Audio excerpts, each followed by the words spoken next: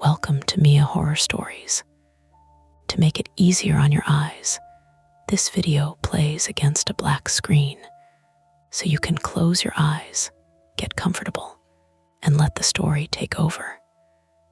But don't relax too much, the ending might just catch you off guard.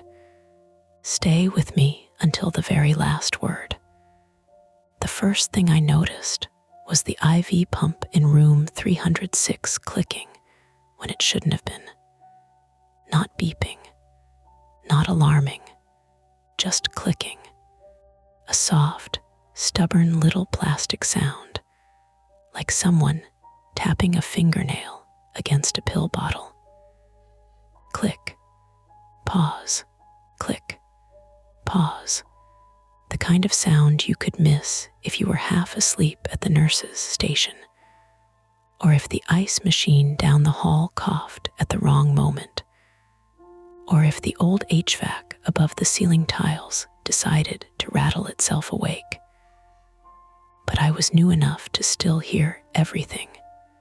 My name is Nora Whitcomb, 26, female, born and raised in Western Pennsylvania. And that night was my third week as a night shift nurse at St. Agnes Regional Medical Center in Erie. I'd taken the job because student loans do not care about your nerves, and because my mother kept saying, "Hospital benefits are real benefits, honey, like dental insurance," was a calling from God. Mostly, though, I took nights because nights felt simpler during orientation. Fewer visitors, fewer administrators drifting around with clipboards, fewer families asking whether you were sure. I told myself I liked the quiet. That was only partly true. The truth was that I had always been better when nobody watched me too closely. In nursing school, my hands shook during check-offs if an instructor stood over my shoulder. I could place an IV in a plastic arm 10 times in a row, then miss a vein on a living person because somebody breathed behind me. On nights, I thought I could become competent in private.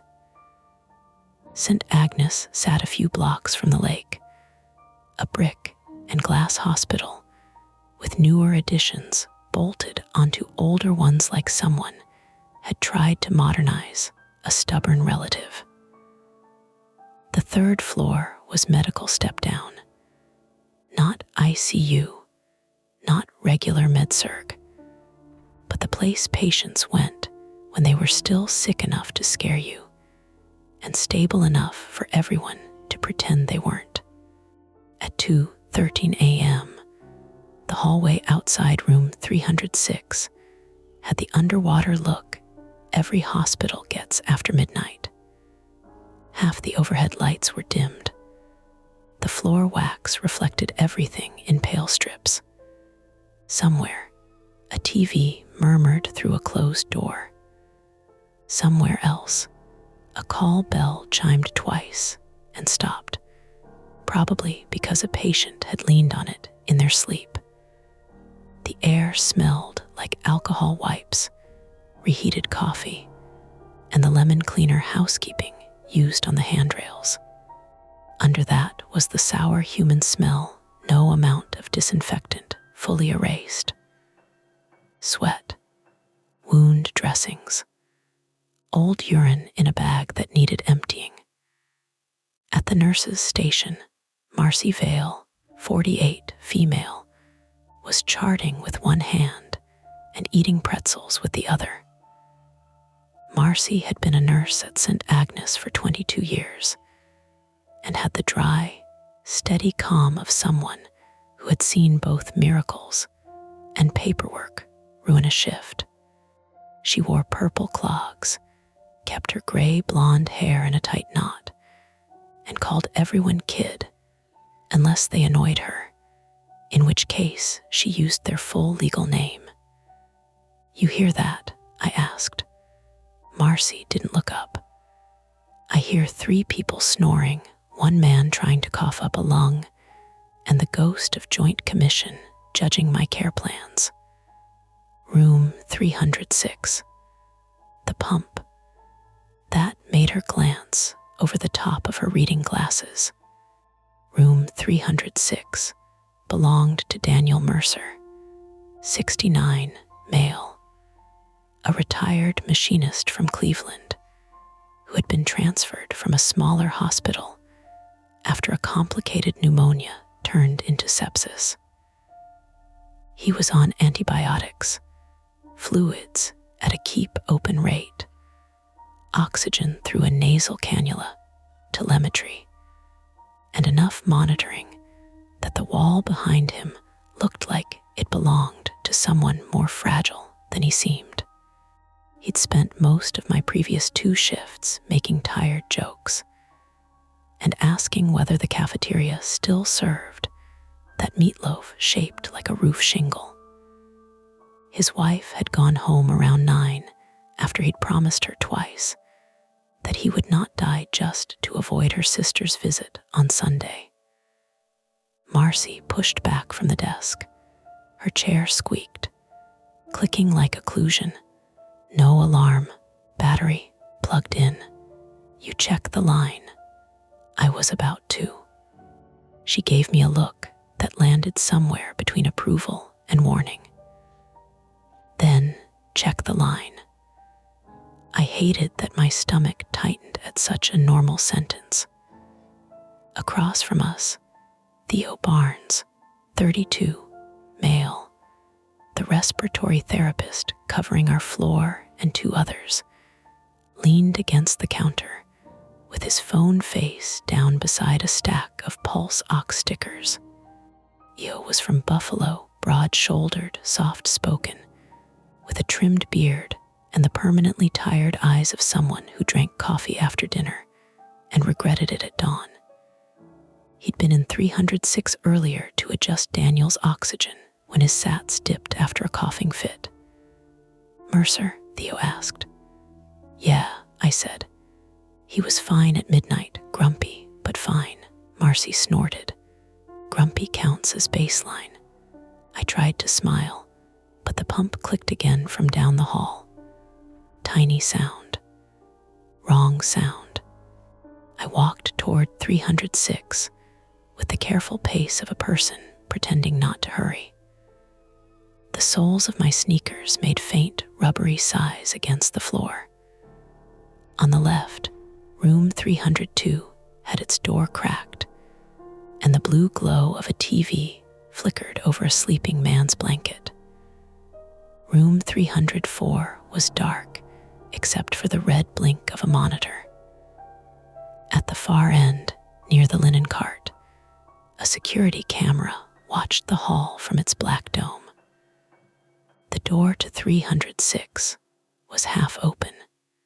Inside, the room was washed in dim amber light from the wall sconce above the bed.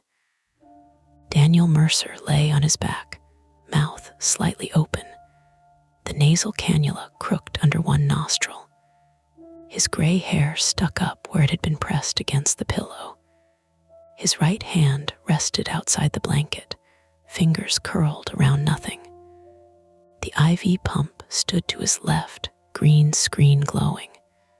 Click. I stepped in and let the door drift wider behind me. Mr. Mercer, I said softly. It's Nora. I'm just checking your pump. He didn't answer. That wasn't strange by itself. He'd been sleeping heavily since around 1. Earlier, I'd helped him reposition after he complained that his hips hurt. He'd grumbled, "You nurses got a union for pillow cruelty," and then apologized because he said his daughter hated when he got mean tired. The monitor above the bed showed a heart rate of 72, oxygen saturation 94%, respirations 18. Green lines marched steadily across the screen. Normal, comforting, almost too comforting, though I did not let myself think that yet. The pump clicked again. I looked at the tubing. No obvious kink, fluid bag hung half full, clear liquid catching the weak light. The roller clamp was open. The line ran down into the pump channel, out again, then to Daniel's left forearm under a transparent dressing dated by day shift. I touched the tubing between two gloved fingers. Cool, soft, still. The pump screen read, infusing. Click, I frowned. Mr. Mercer, I said again, louder this time.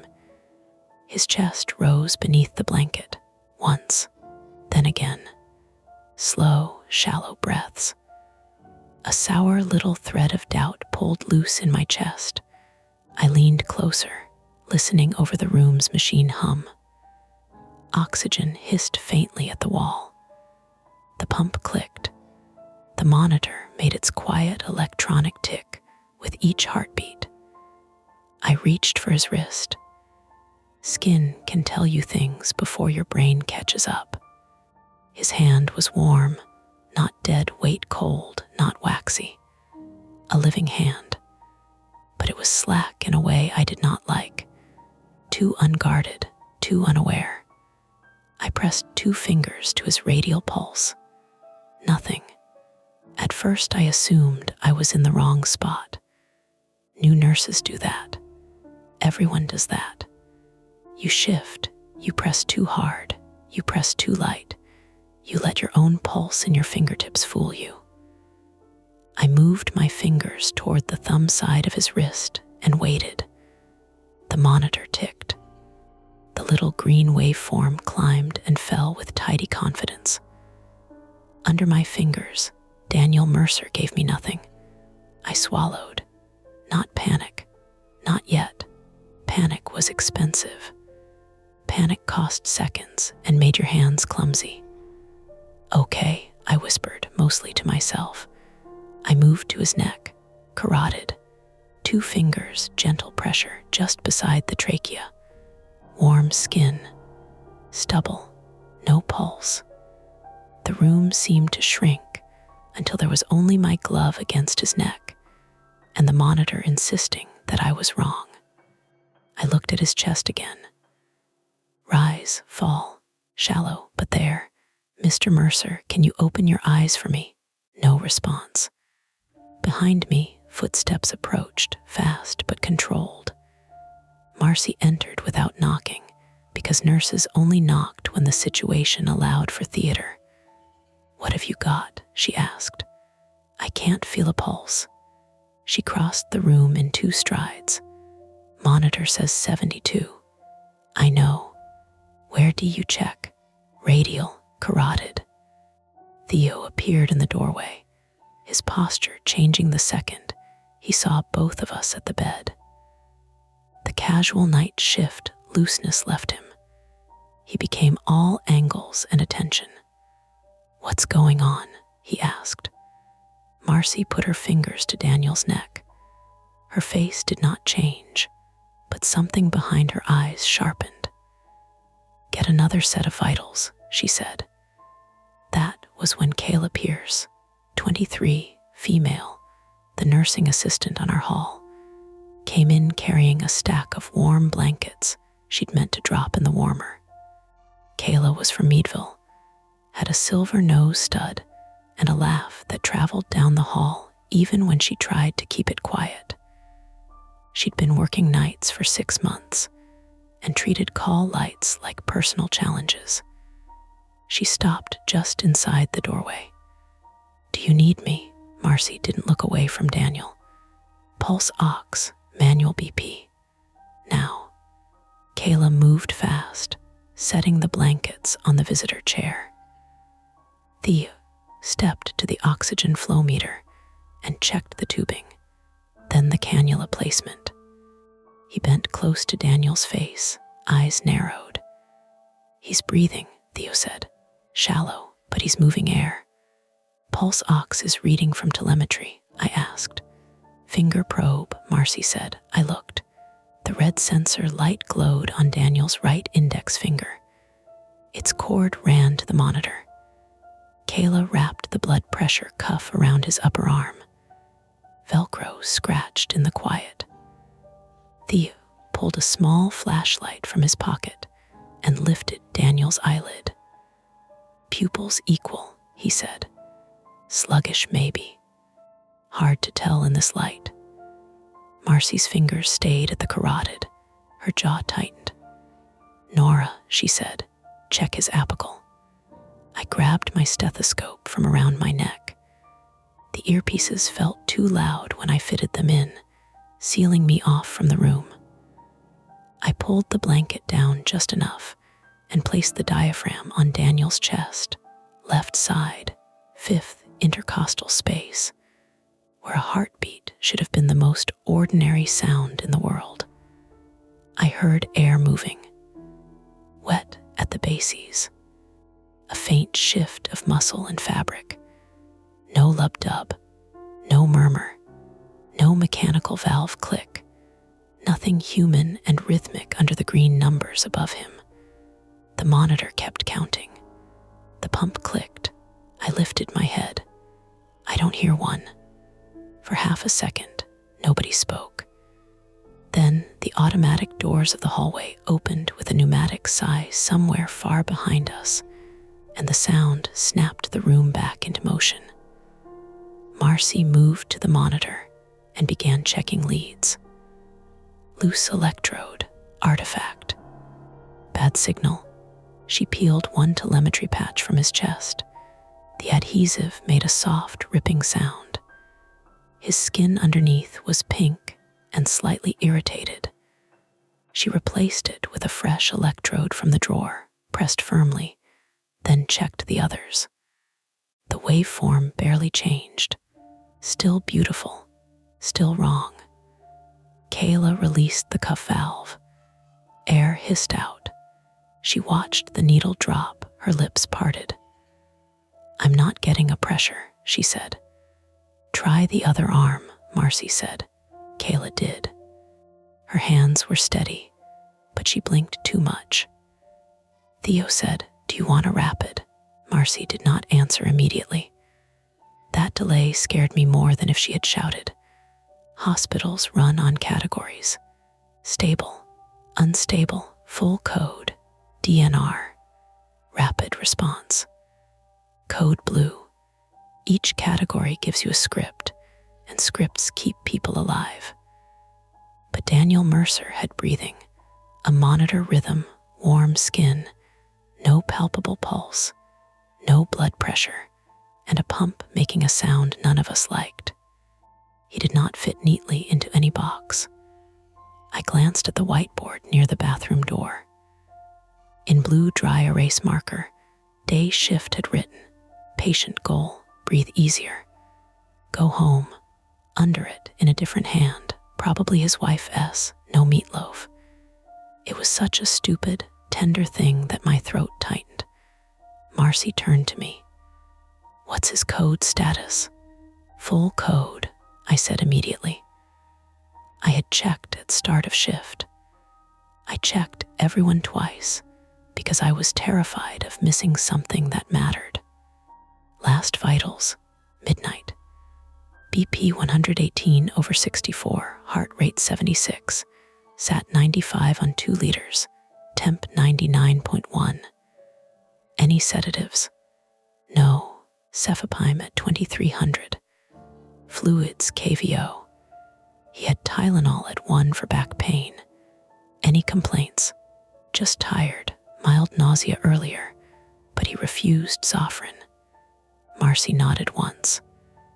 Theo, call rapid response.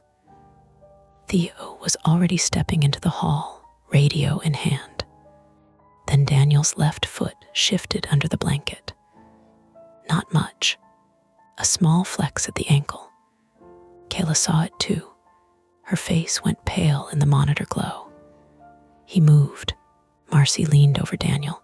Mr. Mercer, Daniel, can you hear me? His eyelids fluttered. My whole body surged toward relief so quickly it almost made me dizzy. There you go, I said, bending closer. Mr. Mercer, open your eyes. His mouth moved. At first, there was no sound, just a dry shape of breath over his tongue. Theo paused in the doorway, radio lifted. Daniel's lips parted again. This time he whispered, "Do one word, small, rough, barely there." Marcy leaned in. "Don't what, Daniel?" His eyes opened halfway. He did not look at Marcy. He did not look at me. His gaze slid past us toward the dark window, where the room reflected back in layers. Bed, pump monitor, our bodies crowded around him. The lake beyond, invisible behind the glass. His right hand twitched against the sheet. The monitor counted 72. Kayla tried the cuff again and shook her head. Still nothing. Theo lowered the radio an inch. "Do I call it?" Marcy's eyes moved from Daniel's face to the monitor, then to me. That was the moment I understood something about experience. It did not mean you stopped being afraid. It meant fear had to wait its turn. Marcy said, "Yes." Rapid response. Now. Theo keyed the radio and spoke into it, calm and clipped. Rapid response, room 306, medical step down. Altered mental status, unable to obtain manual pressure or palpable pulse. Patient breathing, full code. The overhead speaker clicked a second later, and the announcement went out through the hospital in a woman's flat midnight voice. Rapid response team to room 306. Rapid response team to room 306.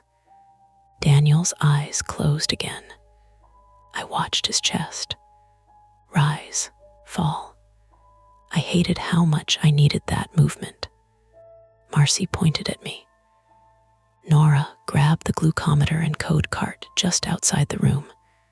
Kayla, keep trying for pressure. Theo, bag set up ready, but don't bag unless he stops moving air. I nodded and turned toward the door, grateful for a task, because tasks are rails you can hold when the floor starts tipping. In the hallway, the normal night noises had changed. Doors cracked open. A patient in 304 called, "What's happening?" from inside the dark. The ice machine dropped a load with a clatter that made me flinch hard enough to hate myself for it.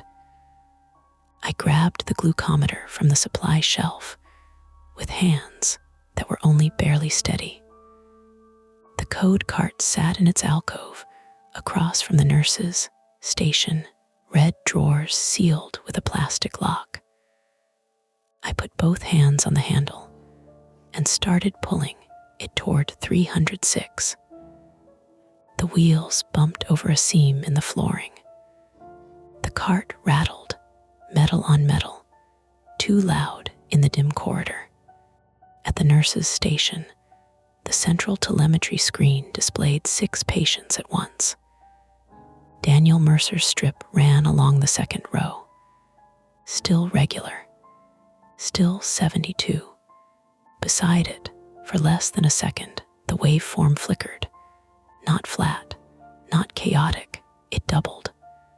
A second rhythm ghosted behind the first, slightly offset, like 2 transparent heartbeats laid on top of each other. Then it returned to normal. I stopped with the code cart halfway across the hall. I stared at the screen. It was probably artifact. A loose lead, electrical interference, a bad cable, an old monitor trying to make sense of bad input. There were 10 explanations before you got to anything strange, and none of them required fear. But Daniel Mercer's body was in the room behind me with no pulse I could feel and no blood pressure Kayla could hear. And the monitor was still telling everyone he was fine. Marcy called from 306, sharp now. "Nora," I pushed the cart again. When I reached the doorway, Daniel whispered something else. This time I was close enough to hear the shape of it, but not understand the meaning. It sounded like a name, or a number, or the first broken piece of a sentence he did not have the strength to finish. The rapid team's footsteps thundered from the stairwell at the end of the hall. Multiple people, rolling equipment, the bright slap of hospital urgency arriving all at once. I stood in the doorway with one hand on the code cart and one hand on the glucometer, looking at Daniel Mercer, at the pump, at the monitor, at Marcy's face. For the first time that night, she looked unsure. Not lost, not panicked, just unsure enough that the rest of us felt it. The choice in front of us should have been simple. Treat the patient, trust the body, ignore the machine. But hospitals are built on machines, and when the machines disagree with your hands, someone has to decide which version of reality gets believed first. Marcy looked at me and said, "Nora, when they ask, tell them exactly what you found." Behind me, the rapid response team reached the door. Inside room 306, the IV pump clicked once more, then stopped. The rapid response team arrived with the kind of speed that makes a hallway feel too small. First came Dr. Alina Weiss, 39, female, the overnight hospitalist, still pulling her hair into a loop at the back of her head as she crossed the threshold. She was from Pittsburgh, sharp-eyed, narrow-shouldered, and known on nights for asking questions in a tone that made excuses evaporate. Behind her was Louis Morneau, 41, male. The ICU charge nurse floated down for rapids, a calm man from Chicago with forearms like he moved furniture for recreation. Then came Maddie Klein, 28, female, a lab tech with a bruised-looking tiredness under her eyes and a tackle box of tubes in one hand. They filled the room with motion. Gloves snapped. A drawer opened. The code cart brake squealed under someone's shoe.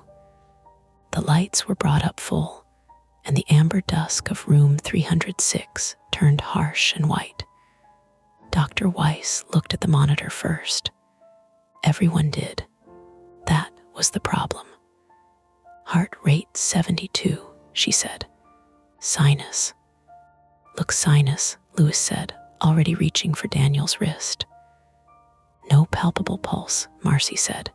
No manual pressure. Breathing spontaneously. Altered mental status. Full code. Dr. Weiss looked at her, then at me. You found him.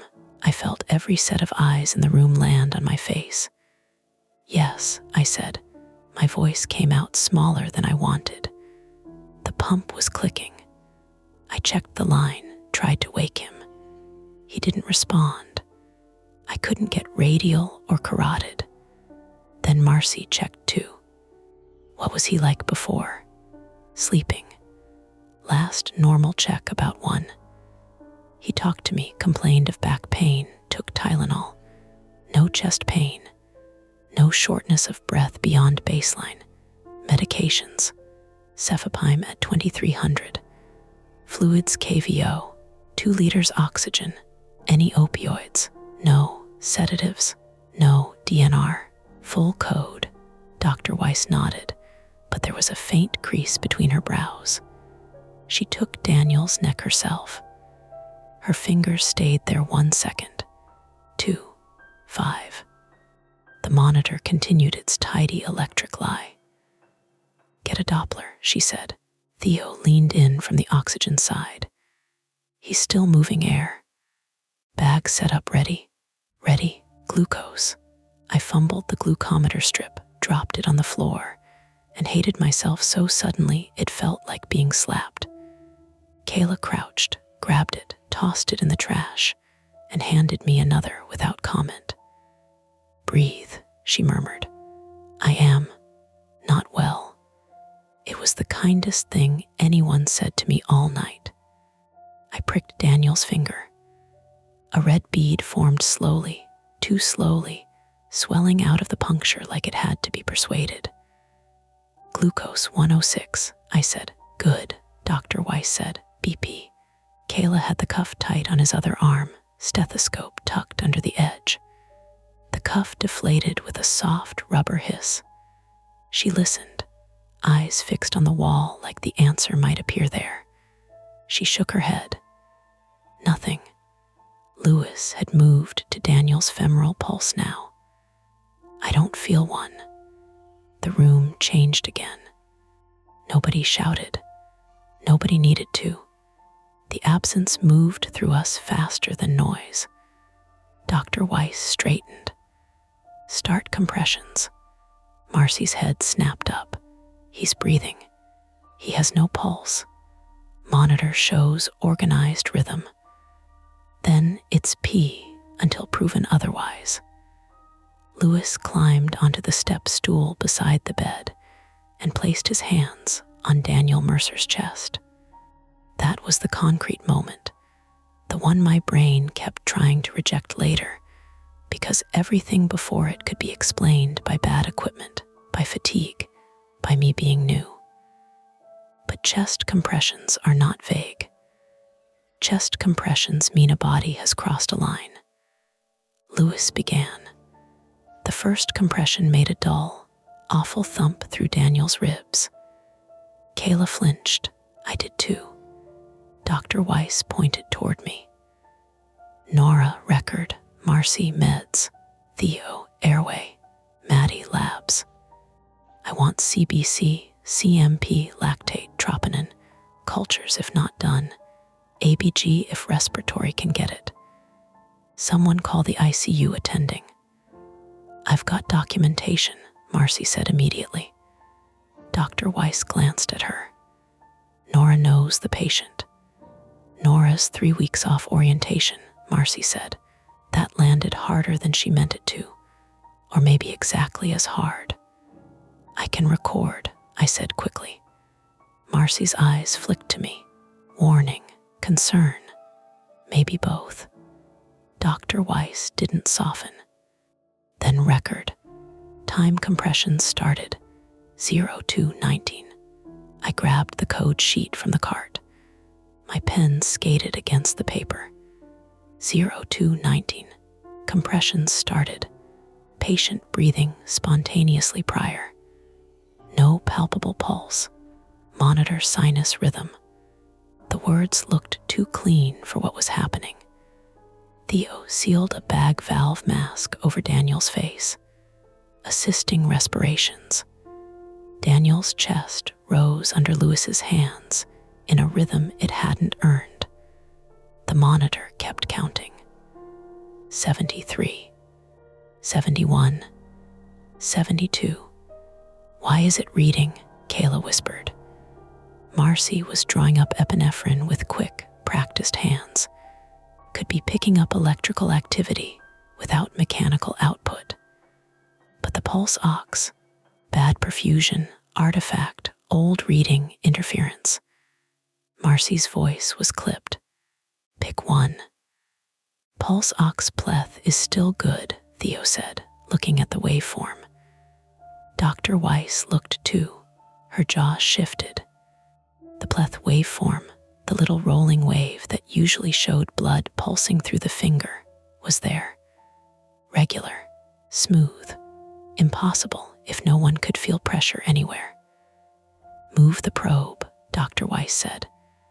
Kayla switched the pulse ox from Daniel's finger to his ear. The number blinked, disappeared, then returned. 94%. A clean wave. Lewis kept compressing, sweat already darkening the collar of his scrub top. This is weird. Weird later, Dr. Weiss said. Alive now. That should have steadied me. It almost did. Then the hallway lights flickered. Not off. Just a dip, barely half a second, the fluorescent panels blinking as if someone had pinched the building's power between two fingers. The monitor gave a tiny chirp. The IV pump beside Daniel's bed clicked once, then displayed door open even though its plastic channel was latched. Marcy looked at it. That was not open. No, I said. Dr. Weiss didn't turn. Ignore the pump, Epi. Marcy pushed the medication into Daniel's IV. I wrote it down. 0221 Epi 1 milligram. IV patent, Dr. Weiss asked. It was running, I said. Pump was clicking, but no occlusion alarm. Lewis looked at Daniel's arm without stopping compressions. Line might be bad. Marcy flushed it. The saline met resistance, then gave suddenly. Daniel's forearm puffed slightly under the transparent dressing. Infiltrated, Marcy said. Of course it is, Dr. Weiss muttered. New line. Now, my stomach dropped. Starting an IV in a well-lit room with a joking patient was hard enough for me when people watched. Starting one during compressions, on a patient with no measurable pressure, while a hospitalist waited and a charge nurse silently doubted me, felt like being asked to thread a needle on a moving train. I can try, I said. Marcy was already reaching for the IV kit. I'll do it, Dr. Weiss cut in. You're on meds. Nora, get access. For 1 second, I thought Marcy would argue. Her lips pressed together. Then she shoved the kit into my hands. Left AC if you can, she said quietly. Don't chase. One clean attempt. One clean attempt. That phrase followed me to the other side of the bed. I tore open the kit. The adhesive strips stuck to my glove. The tourniquet slipped, and Kayla reached across to tighten it for me. Daniel's arm jerked with each compression. His skin had gone damp and yellow under the lights. "Mon," Kayla said softly. "You've got it." The vein appeared as a faint blue rope at the bend of his elbow, then vanished when Lewis compressed. I cleaned the site. Alcohol smell rose sharp and cold. I inserted the catheter. The flash came, tiny, dark. Then the vein rolled. "No," I whispered. The catheter buckled under the skin. I pulled out and pressed gauze over the spot, heat rushing up my neck. "Missed," I said. No one scolded me. That somehow made it worse. "Second attempt?" Dr. Weiss asked. Marcy said, "I'll get it." This time Dr. Weiss didn't argue. Marcy moved in fast, tied the tourniquet higher, and slid the needle into a vein on the back of Daniel's hand with almost brutal efficiency. 22 gauge. Not pretty, but it's in. Flush. Good. Epi through the new line at next interval, I wrote, but my fingers had gone stupid. The pen pressed so hard it nearly tore the page. The time-sensitive problem became clear in pieces. Daniel needed to be stabilized and moved to ICU, but we couldn't trust the monitors. His first IV had failed, his pulse was absent, and the backup equipment was beginning to act wrong during a possible power issue. Every minute we spent deciding what was real was a minute his brain might not be getting blood. "Pulse check at 2 minutes," Dr. Weiss said. Lewis stopped compressions. The room held its breath around Daniel's body. Dr. Weiss checked carotid. Lewis checked femoral. Marcy watched the monitor. Theo held the mask over Daniel's face, not squeezing. I watched Daniel's hand. His fingers twitched. "No pulse," Dr. Weiss said. "Resume compressions." Lewis started again. The monitor continued at 72. Only now, with Lewis pumping Daniel's chest at over 100 compressions a minute, the monitor did not change. It should have picked up artifact from the movement. It should have gone messy. It stayed clean. Marcy saw it too. "That's not from him," she said. Dr. Weiss looked at her. "What? That rhythm. It's too clean during compressions." Theo's eyes shifted to the leads on Daniel's chest. "Could be telemetry crosstalk from another patient," Kayla asked. "It happens," Theo said, though he sounded like he did not love the answer. Marcy looked toward the central station. "Nora, check whose rhythm matches his."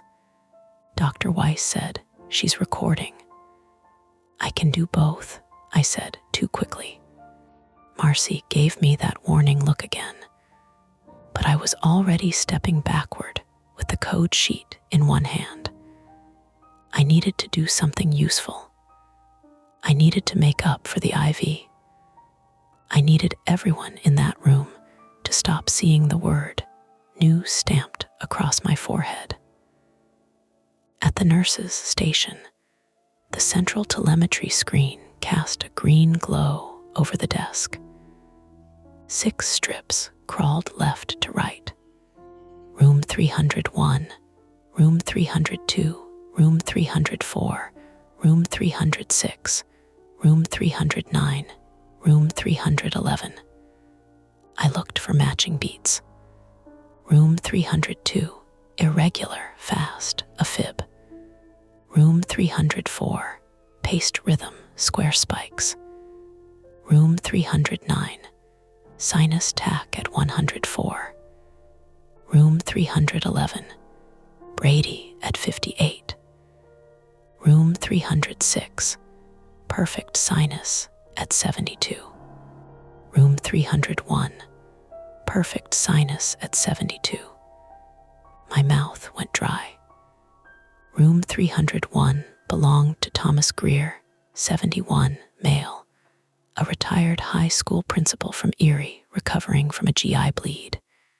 He was stable, chatty, the type of patient who apologized before asking for water. On the screen, room 301 and room 306 were not similar. They were identical. Same rate. Same tiny notch after the T wave. Same occasional baseline wobble. I leaned closer, as if proximity could make it less true.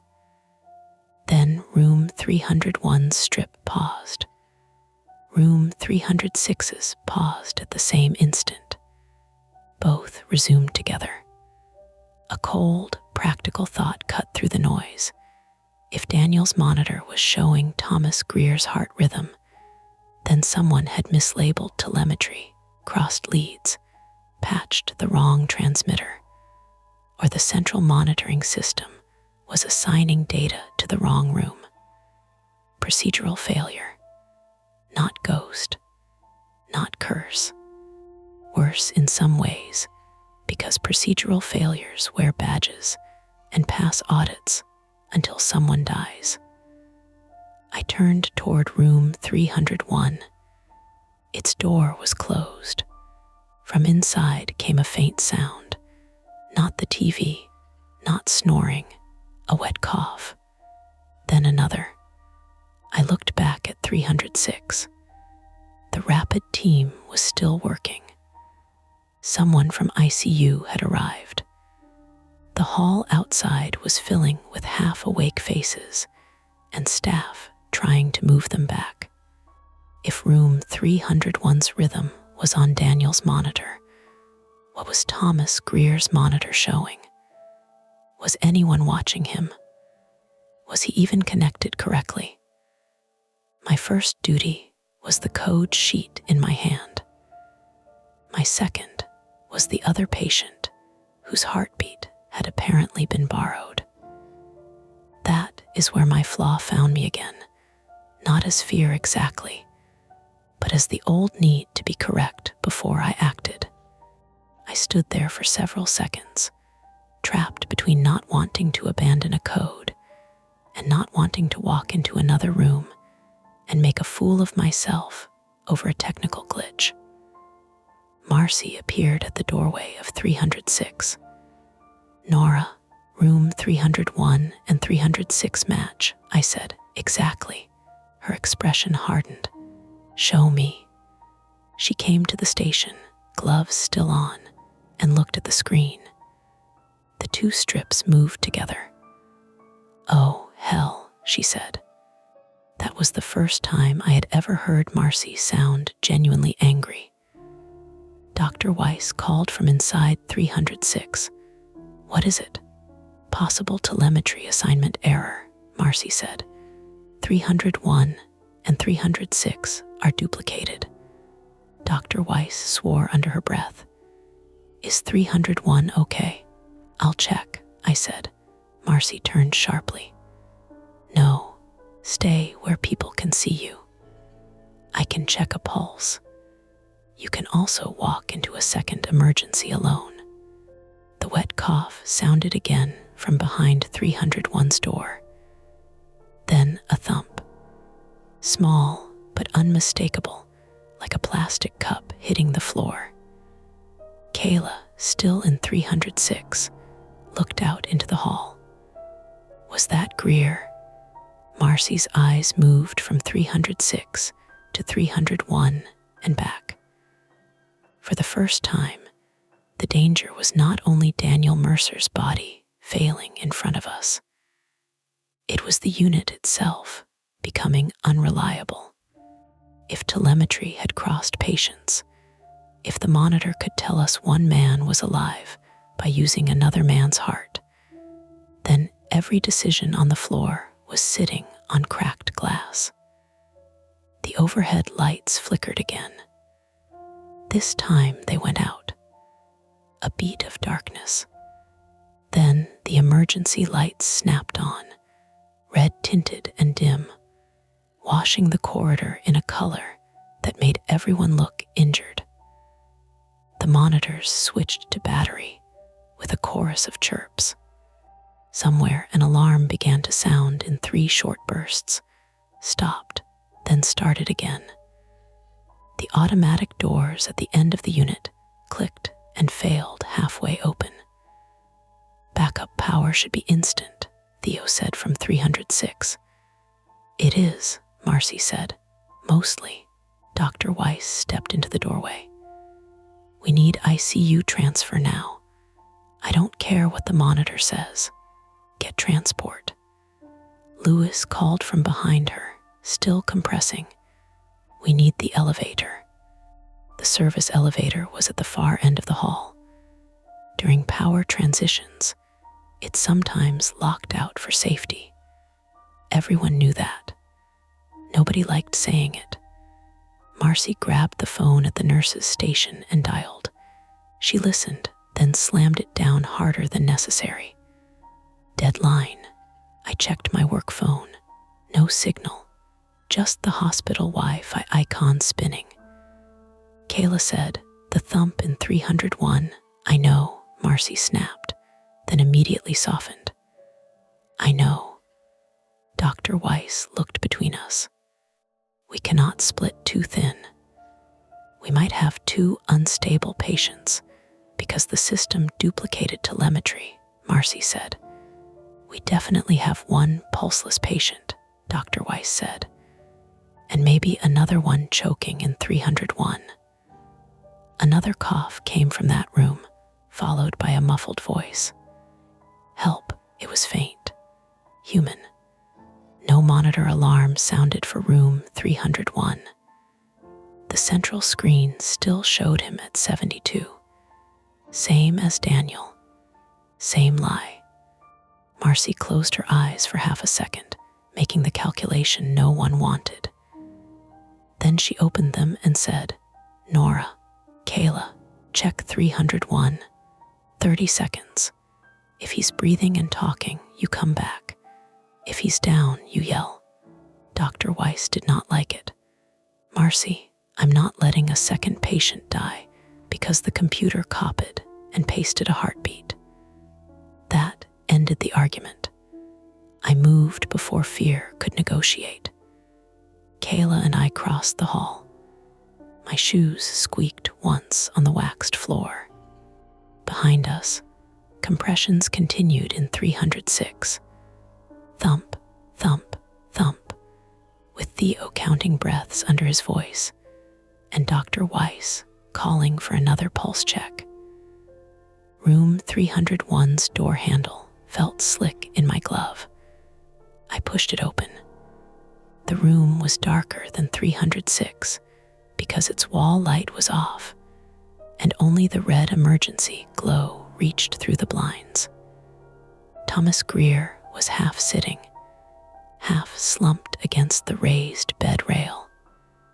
His oxygen tubing had tangled around his wrist. A plastic water cup lay on the floor, spreading a clear puddle toward my shoe. He was coughing into his hand. "Wet, thick, wrong, Mr. Greer," I said. He looked at me. His mouth and chin were smeared dark. Blood, not a dramatic spray, not movie blood. Real blood, almost black in the low light, glossy on his fingers, and soaking into the collar of his hospital gown. Kayla hit the room light switch. Nothing happened. "Get suction," I said. Thomas tried to speak and coughed instead. More blood came up, pattering onto his blanket in small dark spots. His monitor beside the bed displayed a flat message. No telemetry signal, no alarm, no rhythm, no pulse ox number. The cable from his telemetry pack lay on the floor under the bed, unplugged. Kayla whispered, "Oh my God." I stepped to Thomas's side and grabbed a towel from the bedside table, pressing it lightly to his hand, not his mouth. "Mr. Greer, can you breathe?" He nodded once, then shook his head, then coughed again. From 306, Marcy shouted. "Nora," I yelled back, louder than I thought I could. 301 is bleeding. Telemetry disconnected. The hallway erupted.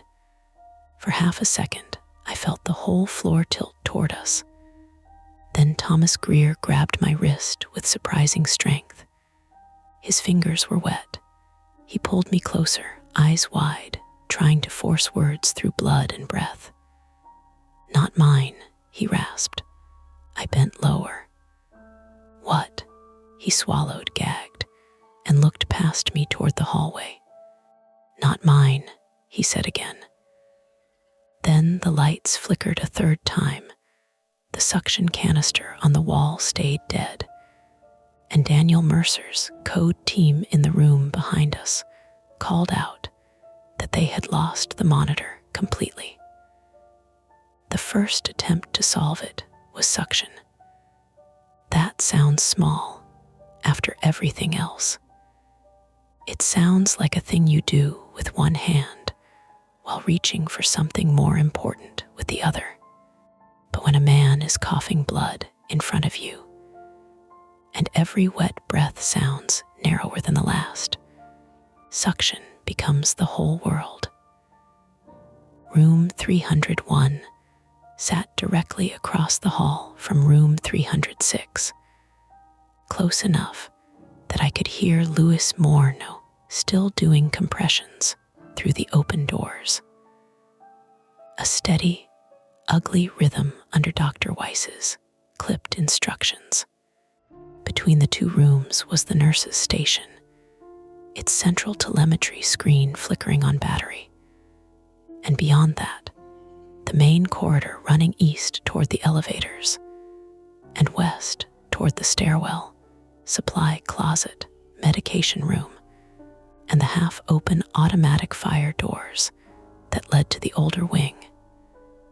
Kayla grabbed the wall suction tubing in room 301 and slapped it into the canister port again, like force might wake it up. Nothing. The gauge needle stayed limp at 0. Thomas Greer coughed into the towel I held near his mouth, and dark blood spotted my glove. He was sitting forward now, his shoulders shaking with each breath. The emergency lights from the hall painted the metal bed rail a dull red. "Come on," Kayla said, twisting the suction knob hard enough that her knuckles whitened. "Come on." It's not pulling, I said. I know it's not pulling. Portable suction, I said, turning toward the door. Kayla looked at me. Where? Code cart. In 306. Of course it was. Everything we needed had rolled into the wrong crisis. I leaned close to Thomas. Mr. Greer, I need you to lean forward. Spit into this, okay? Don't swallow it. Not mine, he rasped again. The blood, his eyes watered. He shook his head once, then gagged. Kayla shoved an emesis basin under his chin just in time. Blood and saliva hit the plastic with a wet slap. Not a huge amount, not enough to explain the panic in his eyes, but enough. Stay with him, I said. Kayla grabbed my sleeve. Don't leave me alone in here. That stopped me. She was pale, and for the first time since I'd met her, she looked 23. Not the quick, laughing aide who could turn a combative patient with a joke and a firm hand. Just a young woman in red emergency, light with blood on her wrist. Across the hall, someone shouted, "Pulse check." The compression stopped. For 2 seconds, both rooms listened. "No pulse," Dr. Weiss said. "Resume." The thumping began again. I pulled free as gently as I could. "I'll be 10 seconds." I ran across the hall, nearly slipping where Thomas's spilled water had tracked out on my shoe. In 306, the room had become a controlled wreck. Daniel Mercer's bed was lowered flat. Lewis was over him, arms locked, sweat falling from his jaw. Theo worked the bag valve mask. Marcy stood by the new IV line, syringe in hand. Maddie Klein had tubes lined up on the counter, but no good place to draw from because compressions kept jarring Daniel's body. The monitor over Daniel's bed was black now. Not dim, black. Its battery had either failed or the power dip had killed it outright. "Portable suction?" I asked. Marcy pointed without looking. "Bottom drawer, right side." I yanked open the drawer. Yanked too hard. The plastic divider caught, and wrapped suction tubing spilled over the floor with a crash of packaged supplies. "Nora," Marcy snapped. "I've got it." I found the portable unit, a squat gray machine with a shoulder strap and a canister clipped to its side.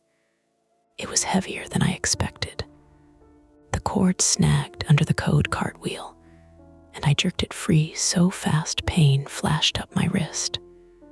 Theo saw my face. "You good?" "Fine," I was. My hands were sweating inside my gloves. My missed IV attempt had burrowed under my skin and was still moving there, whispering that I was only useful until the room got loud. I hauled the suction back to 301. Kayla had Thomas bent forward, one hand braced between his shoulder blades. He was coughing less now, which should have felt better, but didn't.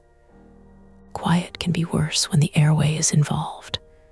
"Set it here," Kayla said. I plugged the suction into the red emergency outlet by the bed. Nothing. No hum. I stared at the plug. Kayla looked from the machine to me. Battery. I hit the power button. The unit clicked, whined once, then died. A small amber light blinked. Low battery. "No," I said. Thomas made a choking sound. I didn't think. I pulled the Yankor from the tubing and used gauze instead, clearing what I could from the front of his mouth while telling him over and over, "Spit, don't swallow. Breathe through your nose. Forward, stay forward." It worked only partly. He got air, but every breath came with a bubbling edge. That was our first failed attempt. The wall suction dead, the portable suction nearly dead. and the nearest working airway equipment trapped inside a code across the hall.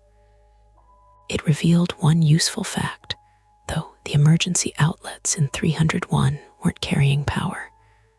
I checked the bed controls. Dead. The monitor, dead. The call bell light, dead. But the hall lights were on emergency power.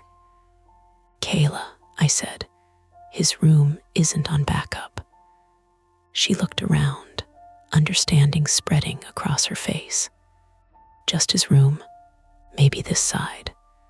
From 306, Dr. Weiss called out, "We need transport." "Where is transport?" Marcy answered. "Phones are still down." "I'll go," I shouted. Marcy appeared in the doorway, sharp as a blade.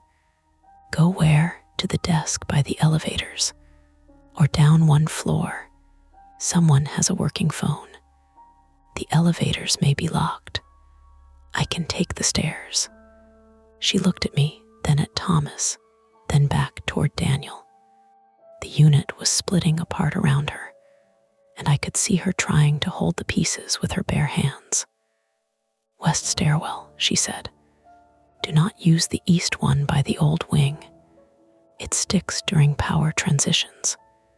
Go to second floor ICU desk. Tell them we need an ICU bed, transport, facilities, and security.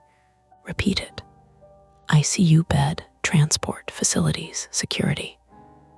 And tell them telemetry is compromised." I nodded.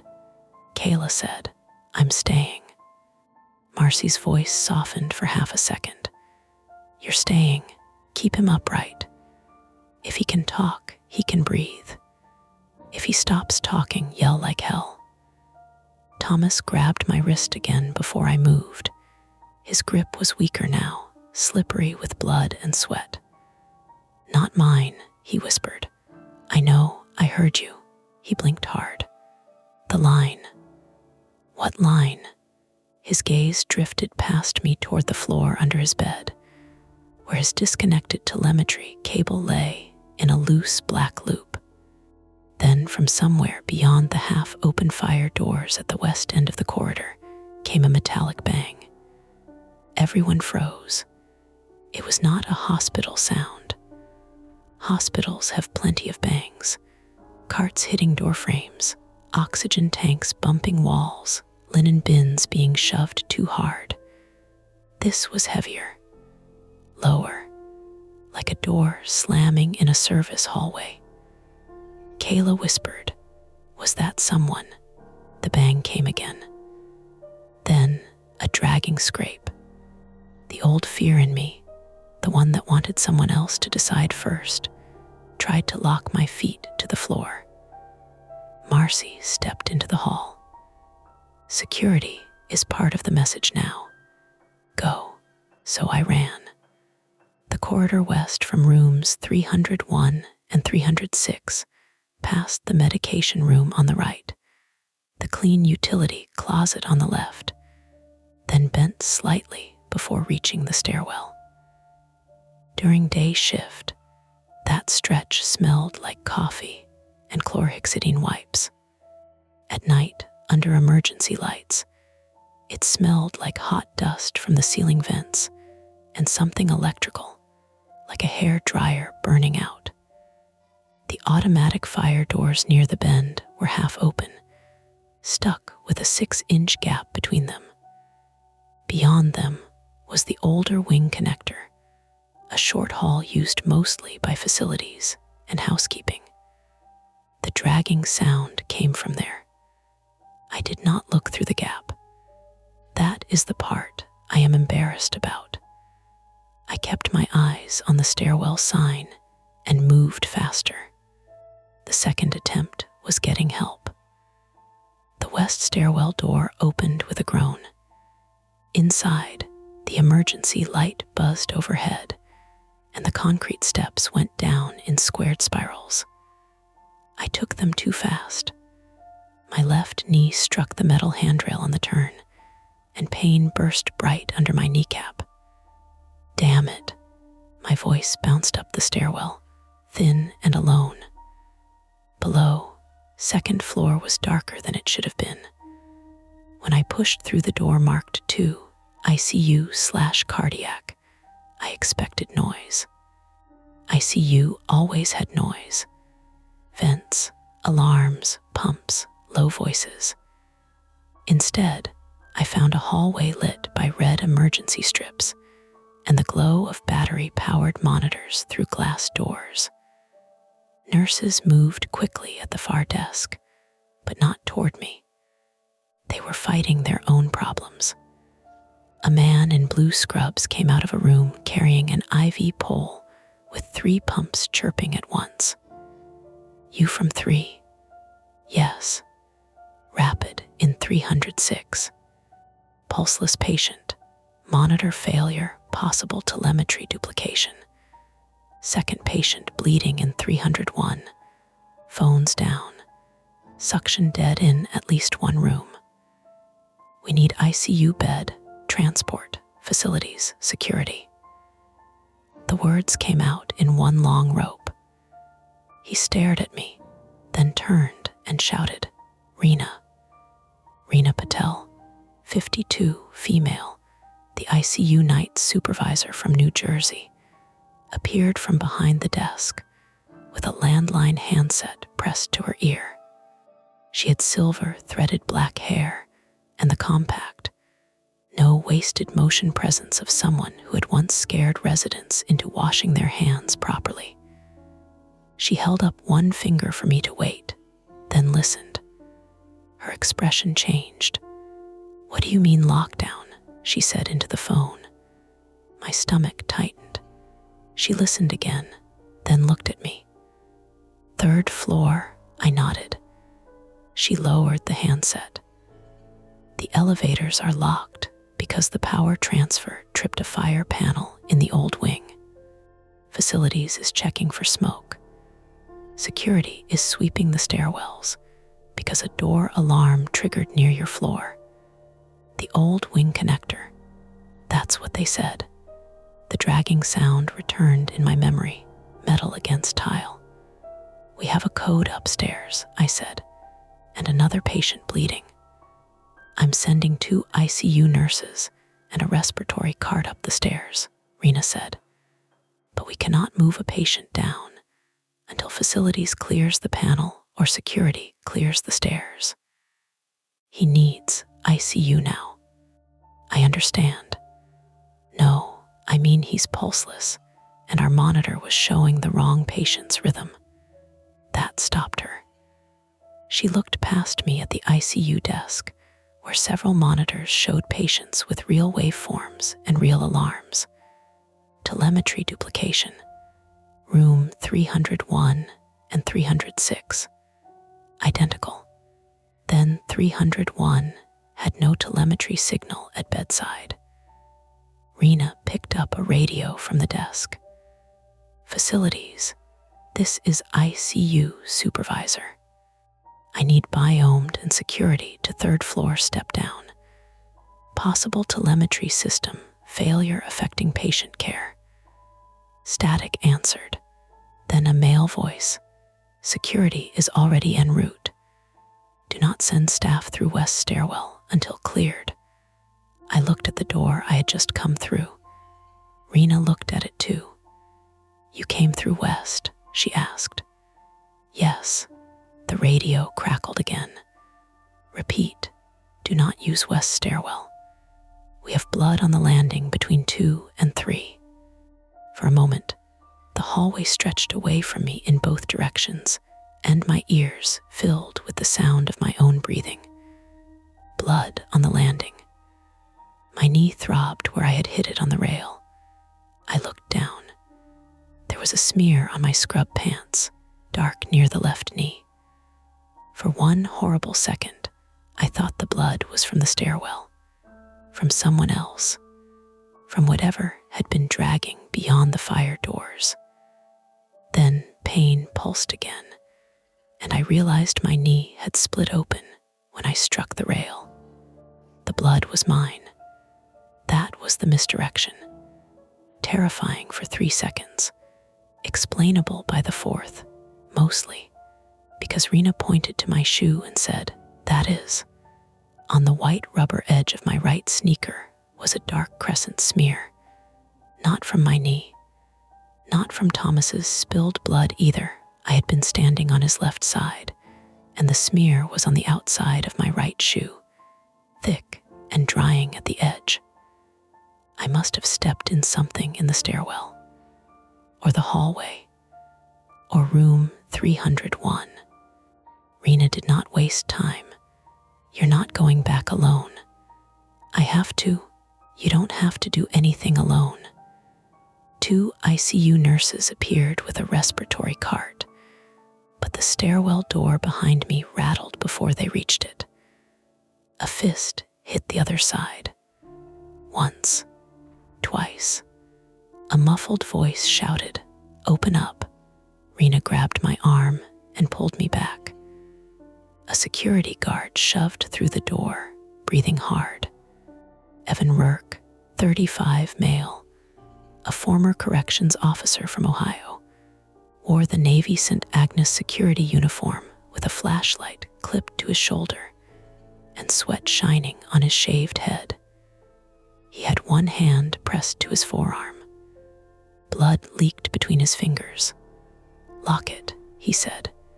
Rena didn't ask. She slammed the stairwell door and hit the crash bar lock. "What happened?" I asked. Evan looked at me like he was deciding whether I could handle the answer. "Man in scrubs ran when I called out," he said. "No badge visible. Moving through the old connector by 3rd. I slipped on the landing.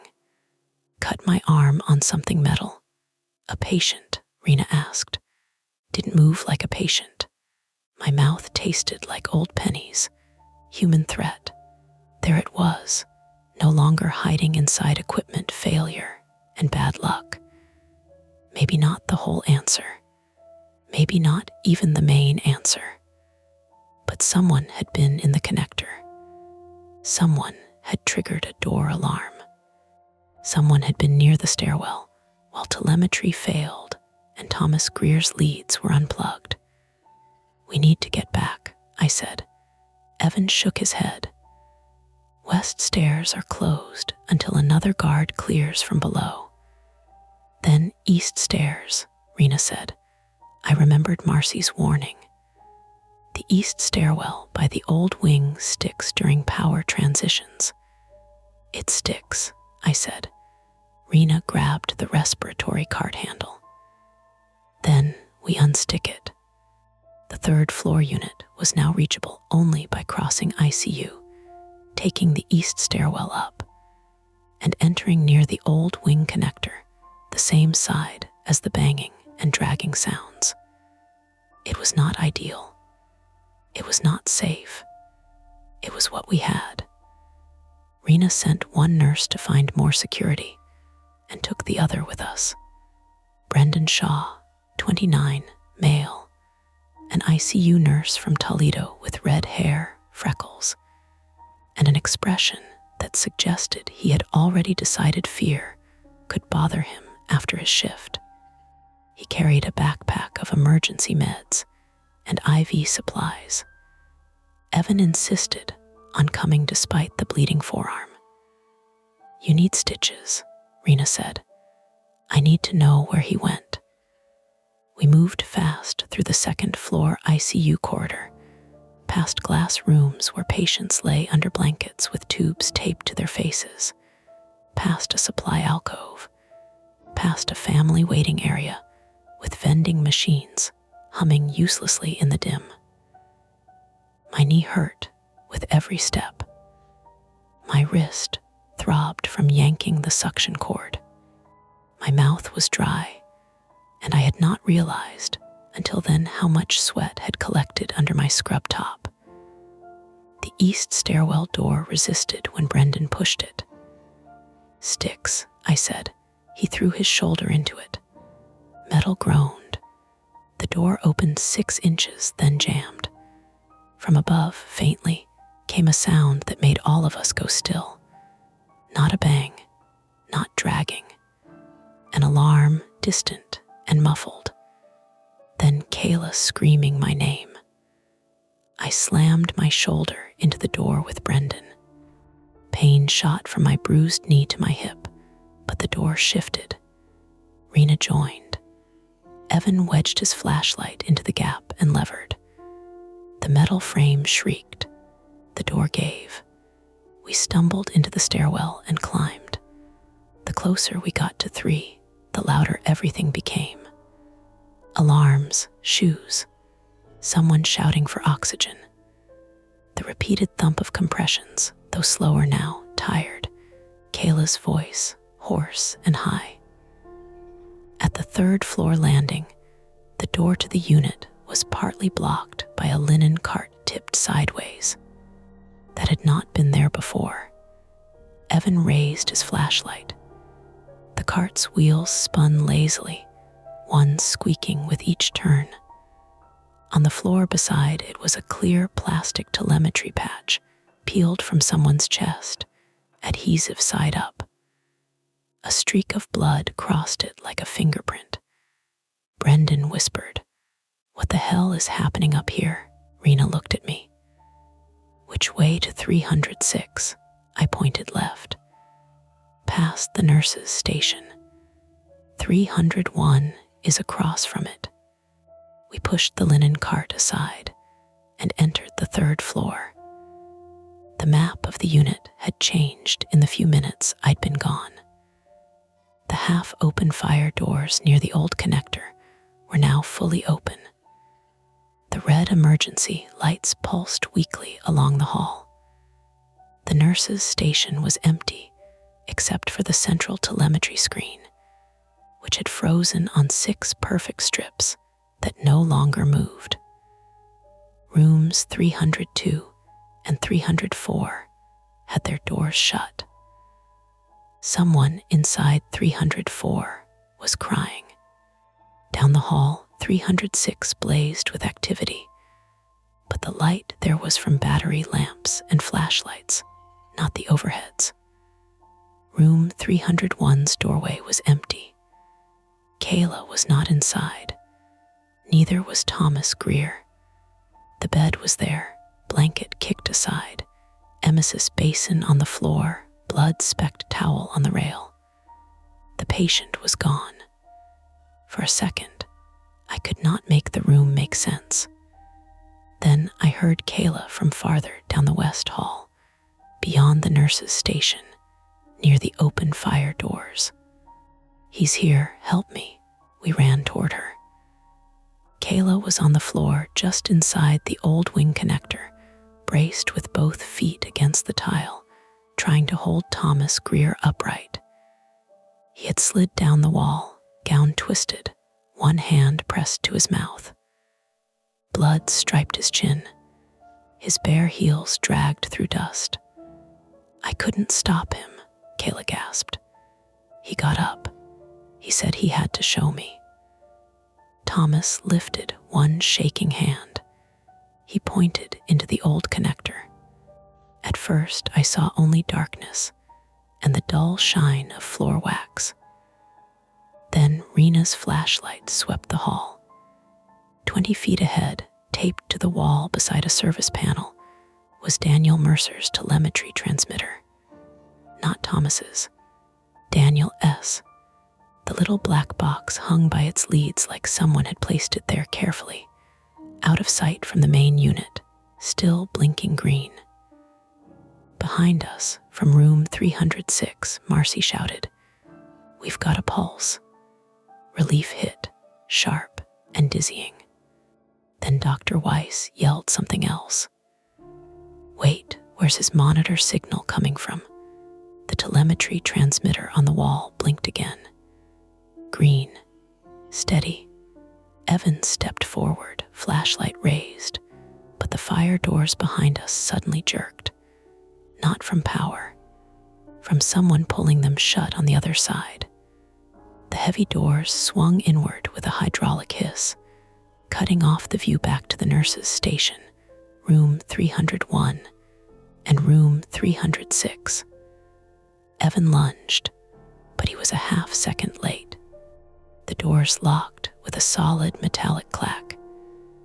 We were trapped in the old connector with Thomas Greer bleeding on the floor, Daniel Mercer's transmitter blinking on the wall, and whoever had closed the doors somewhere in the dark ahead of us. The fire doors locked with a sound that went through my teeth. Not a slam, not a crash, a clean, mechanical clack. The kind of sound a hospital makes when it thinks it is keeping danger contained. For 2 seconds, nobody moved. Then Thomas Greer coughed. That broke us open. Rena dropped to one knee beside him, already pulling gloves from her pocket with her teeth. Brendan swung the respiratory backpack off his shoulder and unzipped it on the floor. Evan Rourke planted himself between us and the dark old connector, flashlight raised in his good hand, blood still dripping from the cut on his forearm. Kayla was shaking so hard her scrub top trembled at the shoulders. She kept one hand under Thomas's arm, as if he might slide away from us into the floor. "We need suction," she said. "We still need suction." "I know," Rena said. The old wing connector stretched ahead of us maybe 30 yards, narrow and dim, with beige walls, scuffed baseboards, and ceiling tiles stained in brown-edged patches from old leaks. Halfway down, the hall bent right towards storage rooms, facilities access, and the service stairwell. Behind us, through the wired glass windows in the fire doors, I could see the main unit in broken strips, the nurse's station glow, the open door of room 306, a blur of movement that might have been Marcy. I slapped the door release bar. "Nothing, again, nothing. It's magnet locked," Evan said. His voice was low. "Fire panel probably triggered a compartment closure." "Then open it," I snapped. "I'm not facilities. You're security. And I'm telling you this door is locked by the system." Thomas coughed again. Wet, smaller this time. Rena put 2 fingers to his neck. Pulse fast, weak.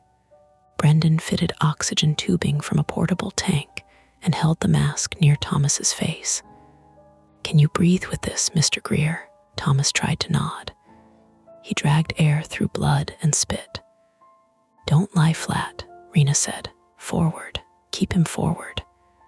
Kayla pressed her knee against his hip and held him sitting. "I've got him."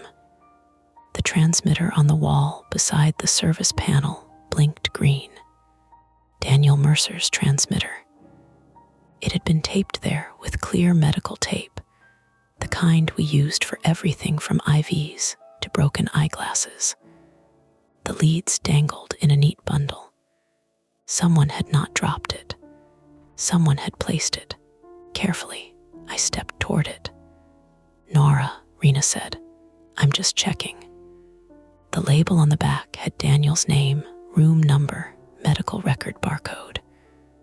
One electrode snap still held a torn circle of skin oil and chest hair. My stomach turned. The service panel beside it was not fully closed.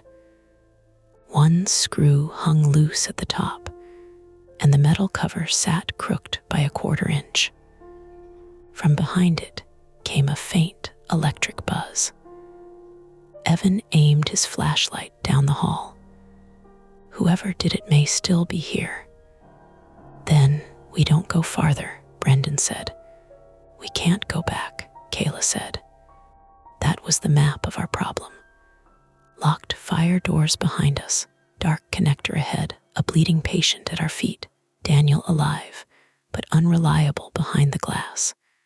And somewhere nearby, a person who had known enough about hospital equipment to make a monitor lie. Through the door window, Marcy appeared. She saw us. Her face tightened. I pointed to the lock, then to the transmitter. She leaned close to the glass. I shouted. Daniel's transmitter is here. The thick door swallowed most of it. Marcy couldn't hear.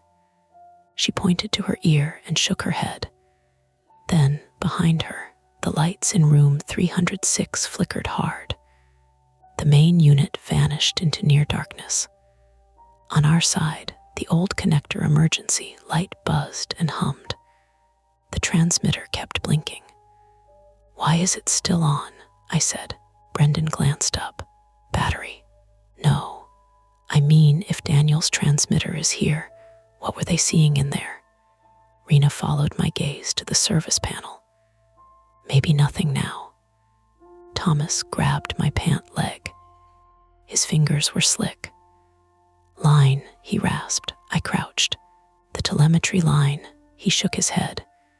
He lifted one hand and pointed not at the transmitter, but farther down the corridor toward the bend. "Tube," he whispered. Then he gagged. More blood came into the basin, stringy and dark. Rena took the basin from Kayla and frowned. "What?" I asked. She tilted it toward the flashlight. The blood had clots, but mixed through it were pale flecks. Soft-looking, pink-gray. Not from a mouth cut. Not from a nosebleed. "Pulmonary," Rena said quietly. Brendan's expression changed. He's bleeding from his lungs, or aspirating blood from somewhere deeper. Either way, he needs suction and a physician. Evan said, "There's a wall suction in old pre-op." We all looked at him. "What?" "This connector used to lead to pre-op holding before they moved surgery to the new tower. Facilities, stores, stuff there now, but some wall units still work. I've seen housekeeping plug buffers in down there." "How far?" Rena asked. "Past the bend. First double doors on the right." Brendan shook his head. "We move a bleeding 71-year-old down a dark hall toward the guy who did this." Rena looked at Thomas, then at the useless fire doors, then at me. "The patient dies here without airway help," she said. "That's not theoretical. Peak fear is not always loud. Sometimes it becomes arithmetic. Stay." Thomas loses his airway. "Move." We walk toward whoever trapped us. Rena stood. "We move." Evan went first, flashlight beam trembling only slightly. Brendan and I got under Thomas's arms while Kayla carried the oxygen tank. Rena walked backward in front of Thomas, one hand under his chin, watching his breathing like she could hold it in place through force of will. The old connector smelled different from the unit. Less disinfectant, more dust, warm plastic, damp cardboard. Every few steps, Thomas's bare heels scraped the floor. The sound made my shoulders climb toward my ears. At the bend, Evan stopped. "What?" I whispered. He raised a hand. From ahead came a small noise. Click, pause, click. The same sound as the IV pump in room 306. My mouth went dry. Evan swept the flashlight around the corner. There was no person there, just a rolling IV pole lying on its side, one wheel still spinning slightly, tapping against the baseboard.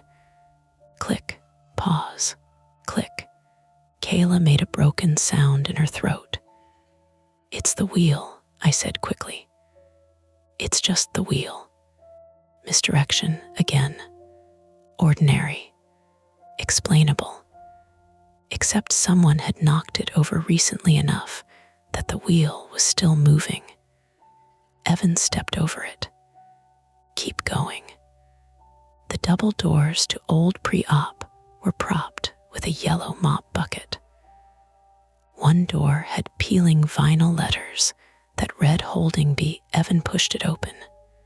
Inside was a long room with 6 curtained bays, old ceiling tracks, stacked boxes of outdated forms, 3 folded privacy screens, and a row of oxygen and suction ports still set into the wall above where beds used to sit. A battery lantern sat on a counter near the entrance. Lit, not ours. Everyone saw it. Evan drew his baton. "Stay by the door," he said. "No," Rena said. "We need the wall." She guided us to the nearest bay. Brendan and I eased Thomas onto an old stretcher with cracked side rails. He cried out once, then coughed hard enough to curl around himself. The suction port was there. Rena attached tubing from Brendan's kit and turned the knob. The gauge jumped. The machine hissed. That sound was the closest thing to mercy I heard all night. "Yankor," she said. Brendan handed it over. Rena cleared Thomas's mouth in careful passes, not deep enough to trigger more gagging than necessary. Blood rattled through the tubing into the canister. Thomas breathed, not well, but better. Kayla bent forward, palms on knees, sobbing once without tears. I wanted to sit down. My knee throbbed. My wrist pulsed. My back had started to ache from holding Thomas's weight. Then Evan said, "Someone s been here." On the counter beside the battery lantern sat a pile of supplies: alcohol wipes, electrode patches, 3 empty syringe wrappers, a roll of clear tape, and a pair of hospital scrub pants with blood on one cuff. Brendan picked up one wrapper. Saline flush. I picked up the tape. Same kind used to fasten Daniel's transmitter to the wall. Rena looked toward the dark curtained bays. "Evan, I'm checking." He moved bay by bay, baton raised, flashlight cutting through hanging curtains. One bay held broken IV poles. Another held stacked blankets sealed in plastic.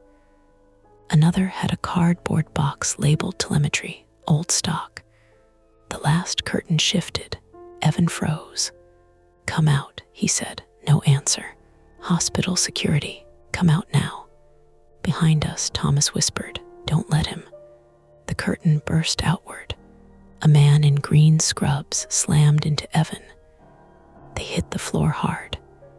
Evan's flashlight skidded under a stretcher. The baton clattered away. Kayla screamed. Brendan lunged, but the man kicked backward and caught him in the shin, dropping him to one knee. He was thin, maybe late 30s, pale under stubble, with dark hair matted to his forehead and no badge clipped anywhere. His scrub top was inside out. His shoes were hospital-issued non-slip socks over bare feet, gray at the toes from dirt. He scrambled toward the door. I recognized him at the same instant Rena did. "Jamie," she said. The man stopped, just for a fraction of a second. Jamie Arendt, 37 male, a biomedical equipment technician from Erie, had been on the unit 2 nights before replacing a cracked telemetry screen at the nurse's station. I remembered him because he joked with Marcy about how every monitor in the old tower was one power surge away from retirement. He was staff, or had been.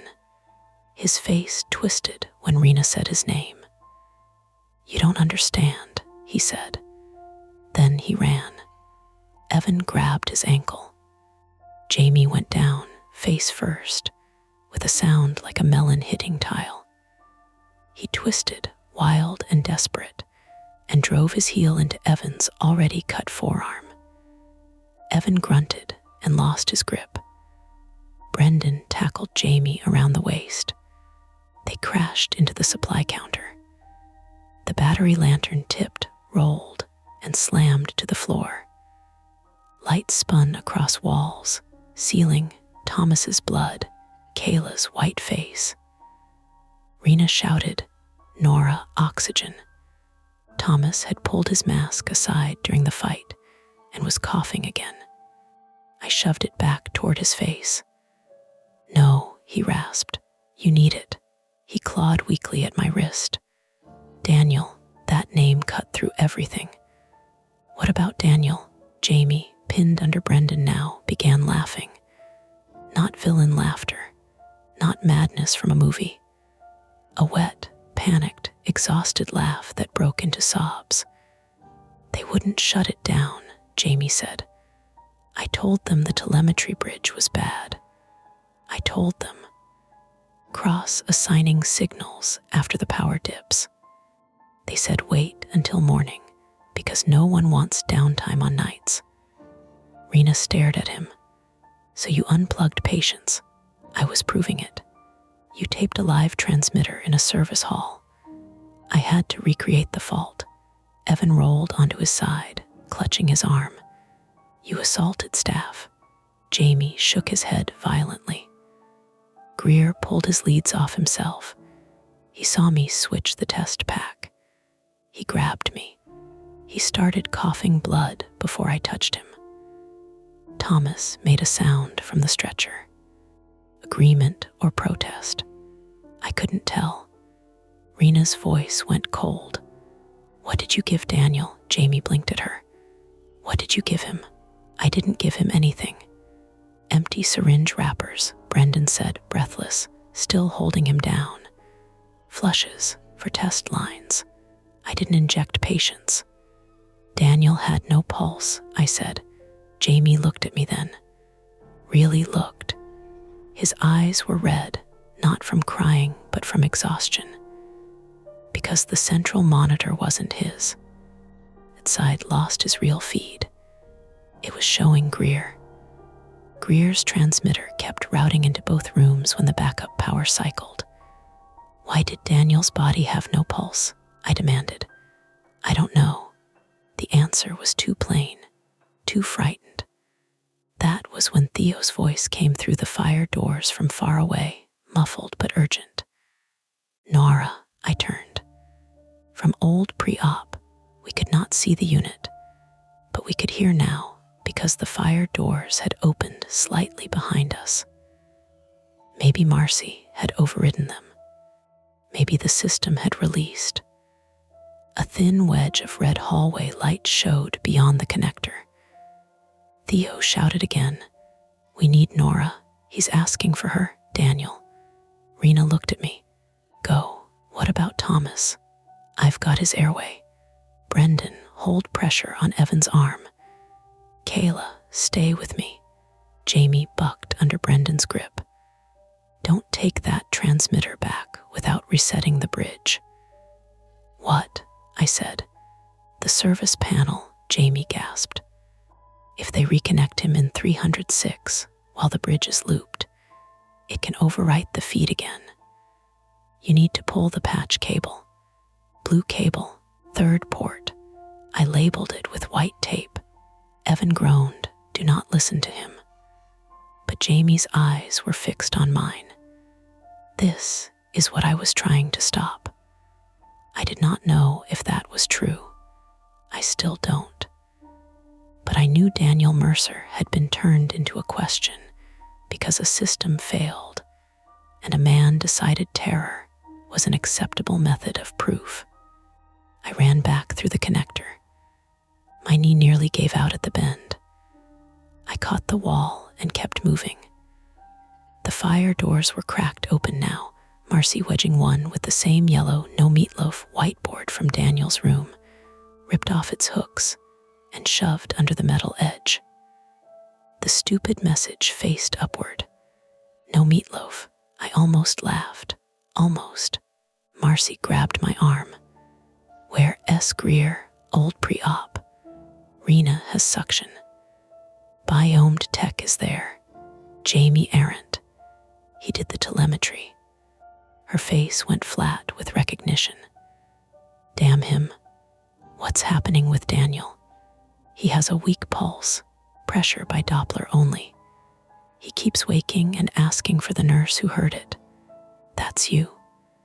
Room 306, looked worse than before because it was quieter. The frantic code rhythm had stopped. Daniel lay pale and damp, oxygen mask over his face, blankets shoved down around his waist. Dr. Weiss stood at the head of the bed. Lewis was hunched beside the code cart, hands on thighs, chest heaving from compressions. Theo adjusted oxygen flow from a portable tank. Maddie held pressure over a blood draw site. Daniel's eyes were half open. He saw me. His hand twitched. I went to the bed. Mr. Mercer, his lips moved under the mask. I leaned closer. Pump, he whispered. The IV pump, his eyelids fluttered. He put it, not in me. Marcy and I looked at each other. I turned to the IV line. The new hand IV was patent. Marcy's line. But the old infiltrated line in Daniel's left forearm was still taped under the transparent dressing, tubing connected to the original pump. The pump had been silenced earlier, but the bag still hung there. I traced the tubing down, into the pump, out the other side, to Daniel's arm. No, not to his arm. The tubing disappeared under the blanket, looped behind the bed rail, and ended in a capped connector taped beneath the mattress edge. The catheter in Daniel's forearm had infiltrated because the line had not been properly delivering into his vein for longer than we knew. The antibiotics, fluids, maybe even the first epi had not gone where we thought. Marcy, I said. She followed my hand and swore. Dr. Weiss snapped. What? The original line wasn't connected to the patient, Marcy said. It was rooted under the bed. Who touched his pump? Dr. Weiss asked. Nobody answered. Daniel's lips moved again. I leaned in. Badge, he whispered. What badge? His eyes rolled toward the visitor chair. On the floor beneath it, half hidden by the warm blankets Kayla had dropped earlier, was a plastic ID badge. I picked it up, not Jamie's. The photo showed a woman with brown hair and a tight smile. Elise Mercer, visitor pass, Daniel's wife. A visitor pass should not open equipment rooms. It should not access service panels. It should not explain a transmitter taped to a wall. But clipped behind it was another badge. Older, cracked at one corner. Elise Mercer, RN, SD, AGNES Regional, EXPIRD, Marcy whispered. His wife used to work here.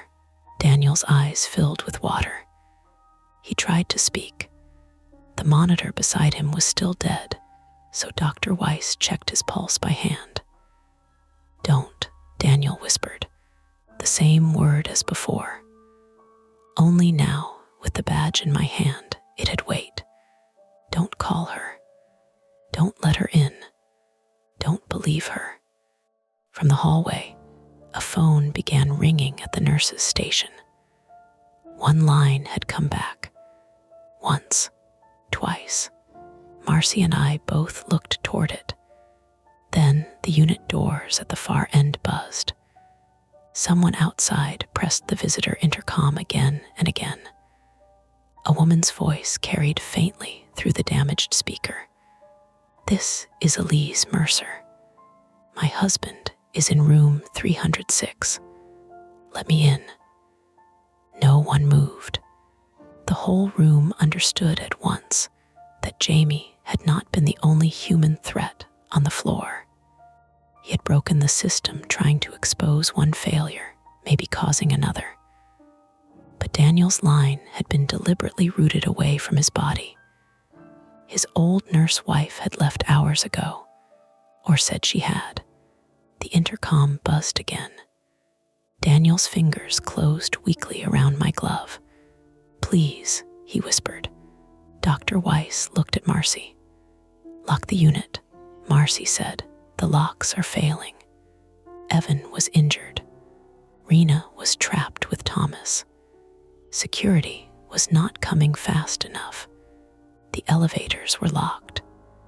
The stairs were compromised. The machines had lied. So the conflict resolved the only way it could in that moment, not by fixing the hospital, but by choosing what we could still protect. Marcy grabbed the code cart and shoved it sideways across the hallway, blocking the corridor from the unit entrance. Theo pulled a second cart beside it. Louis, shaking from exhaustion, stood behind them with an oxygen tank in both hands, like a battering ram he hoped he wouldn't need. I stayed beside Daniel and held his hand while Dr. Weiss started treatment through the good IV, real medication into a real vein this time. The intercom buzzed until it became one long broken tone. Then it stopped. A minute later, somewhere beyond the unit doors, something struck the glass. Hard, once, twice, then silence. Daniel's pulse under Dr. Weiss's fingers remained faint, but present. Thomas Greer was still breathing in old pre-op. Jamie Arendt was restrained with tape and a blood pressure cuff because there were no handcuffs near enough. And Elise Mercer, whoever she really was by then, wife, former nurse, woman outside the door with a reason none of us yet understood, was on the other side of the failing unit entrance. The immediate fight was over. No one in room 306 felt saved. By 3:17 a.m., the unit looked like a storm had passed through and chosen only medical equipment. The code cart sat sideways across the hall, its drawers half open, wrappers spilling from them like torn feathers. A portable oxygen tank lay on its side near the nurse's station, hissing from a loose regulator until Theo noticed and tightened it with hands that had started to shake. The floor outside room 301 was streaked with water, blood, and the black smudges from sneaker soles. Emergency lights still washed everything in that low red glow, making familiar things look borrowed from somewhere else. And at the far end of the unit, beyond the barricade of carts and bodies, Elise Mercer stopped hitting the glass. That was the first strange mercy of the aftermath. The silence after her pounding was worse than the sound itself. Marcy stood behind the code cart with Louis and Theo, all three of them watching the unit entrance. Nobody spoke for a few seconds. The speaker by the door crackled, and Elise's voice came through thin and damaged. Daniel needs me. Daniel Mercer, 69, male, retired machinist from Cleveland, lay in room 306 with a real pulse under Dr. Weiss's fingers and a real IV in the back of his hand. His blood pressure was still terrible, but it existed. That became the word we clung to: existing pressure, existing pulse, existing chance. He heard her voice and turned his face away from the door. Not much, just a slow shift into the pillow. But everyone in the room saw it. Dr. Weiss looked at me. Close the door. I closed it. Daniel's fingers tightened around the blanket. His lips were cracked from the oxygen mask. He looked smaller than he had when he joked about hospital meatloaf, smaller than any grown person should look under fluorescent lights and taped lines. "She's still out there," he whispered. "Yes," I said. He shut his eyes. The police arrived 11 minutes later through the service entrance with 2 security officers and a facilities manager who knew the manual override for the failed locks. They did not rush in like a movie. They came in controlled and angry, radios low on their shoulders, shoes squeaking on our waxed floor, asking the same questions twice because the first answers sounded impossible. Elise was found in the small vestibule outside the third-floor unit doors. Elise Mercer, 66, female, Daniel's wife, former registered nurse at St. Agnes, until her license lapsed years earlier after a medication diversion investigation that the hospital had apparently buried in the kind of file nobody opened unless forced. She was wearing her winter coat over pajamas and had Daniel's phone in her pocket, along with a roll of tape, a pair of bandage scissors, and 2 empty saline flushes. She did not scream when officers took her away. That bothered me. She only kept saying he was going to tell them in a flat, tired voice, as if she were talking about a grocery list she had already gone over too many times. What was he going to tell? One officer asked. Elise looked past him through the glass toward room 306. He always talks too much when he's scared, she said. That was all we heard before they moved her out. The legal part began immediately, though nothing about it felt organized at first. Police separated us into pockets of the unit and took brief statements while we were still sweating through our scrubs. Hospital administration appeared like weather after thunder. 2 nursing supervisors, a risk management director with perfect hair despite the hour, and a man from legal who kept saying alleged, until Marcy told him, "You can allegedly stand somewhere else." Jamie Arendt was taken from old pre-op by security and police with his wrists zip-tied in front of him because Evan's handcuffs were on another floor. Jamie did not fight anymore. He had a split lip from hitting the tile and a swelling eye from the struggle, but he kept talking, not to save himself exactly, more like someone had opened a valve and he couldn't close it. "I reported the bridge fault," he said to anyone who came near. 3 tickets, 2 emails, ask biomed, ask it, duplicated feeds after generator transfer. I didn't know she was doing something to him. I didn't know. Reena Patel, 52, female, ICU supervisor, did not look at him while she held suction for Thomas Greer. "Then you should have stopped at reporting it. They ignored me.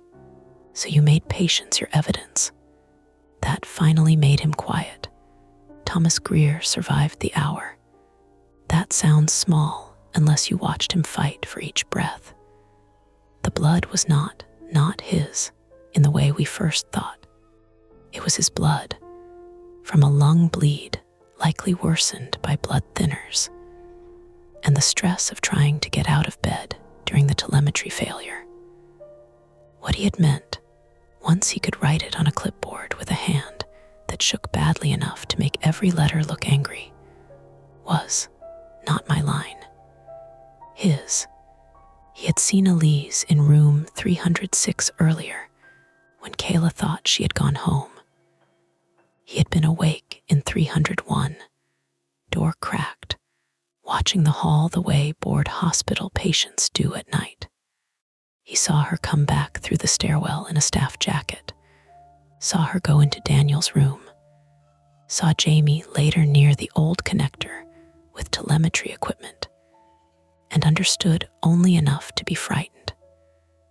When he tried to call out, he started coughing. When he pulled at his own monitor leads to get attention, the system didn't alarm because the telemetry routing was already wrong. That became one of the cleanest facts in the mess. Two separate failures had overlapped. Me had exposed and worsened a telemetry problem by physically moving transmitters and manipulating the service panel during a power event. Elise had used the confusion, or maybe caused some of it by timing her return to the known backup power test window to tamper with Daniel's IV line. Daniel had been receiving less medication and fluid than anyone believed. His sepsis, already fragile, had tipped into shock. The monitor lied because the system accepted another patient's rhythm as his. Nothing supernatural, nothing impossible, just human choices, old equipment, ignored warnings, and a building too confident in its own systems. That was worse than a ghost would have been.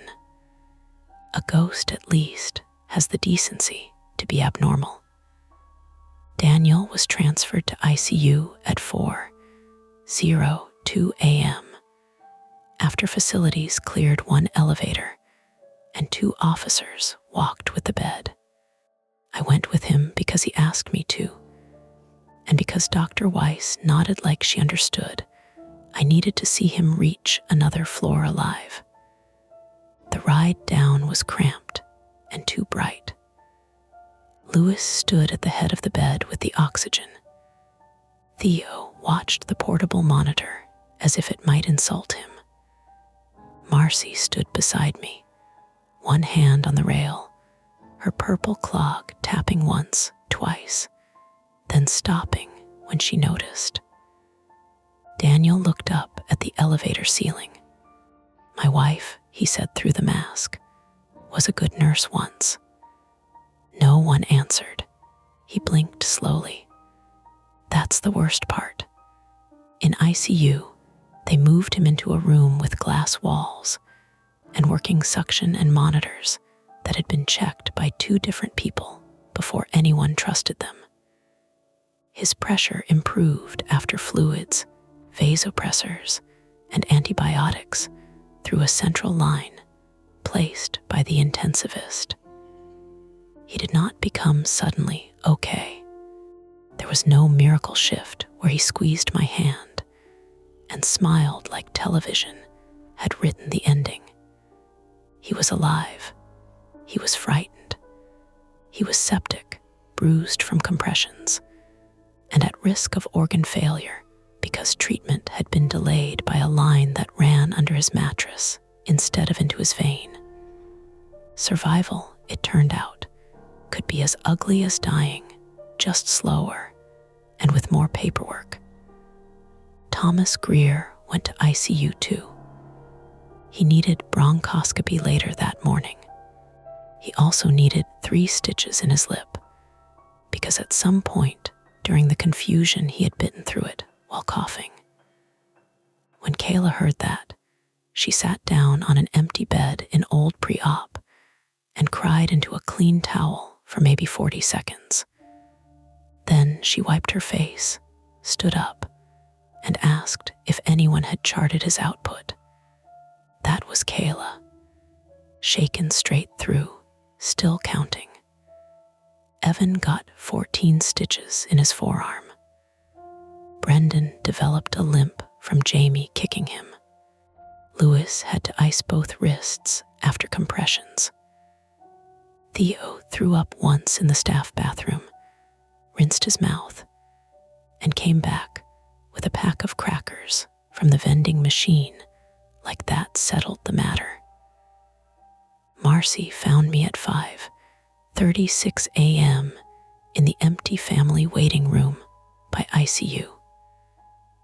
The sky outside the window had gone the color of dirty dishwater, eerie before sunrise, like clouds pressing low over the parking lot. A plow truck moved through a thin crust of old snow, blades scraping pavement with a long metal groan. Ordinary sound, real sound. I had Daniel's visitor badge in an evidence bag on the table in front of me, because an officer had asked me to identify where I found it, then left it there while taking another statement. Elise Mercer's expired RN badge sat behind the visitor pass, face turned outward. Marcy lowered herself into the chair beside me. She suddenly looked older than 48. Or maybe I had never seen her without the armor of motion. "You did good," she said. I gave a short laugh that didn't feel attached to me. "I missed the IV. You found the line." "I missed the IV. You found the line," she repeated, harder this time. "And you heard the pump before anyone else cared." I stared at my hands. Even after washing them, I could smell gloves, metal, and faint blood under my fingernails. My left knee had been cleaned and bandaged. It throbbed under my scrub pants. "I kept waiting for someone to tell me what was real," I said. Marcy leaned back. "That feeling doesn't go away. That's comforting." "No, but it's true." Across the hall, a hospital administrator spoke softly to Dr. Weiss, who looked like she was using the last of her patience as a public service. I caught pieces. Sentinel event, external review, biomed audit, police hold, mandatory reporting. Words that would become meetings. Meetings that would become folders. Folders that might become change if enough people were embarrassed in the right order. At 6:20 a.m., day shift arrived into a unit that smelled like disinfectant laid over fear.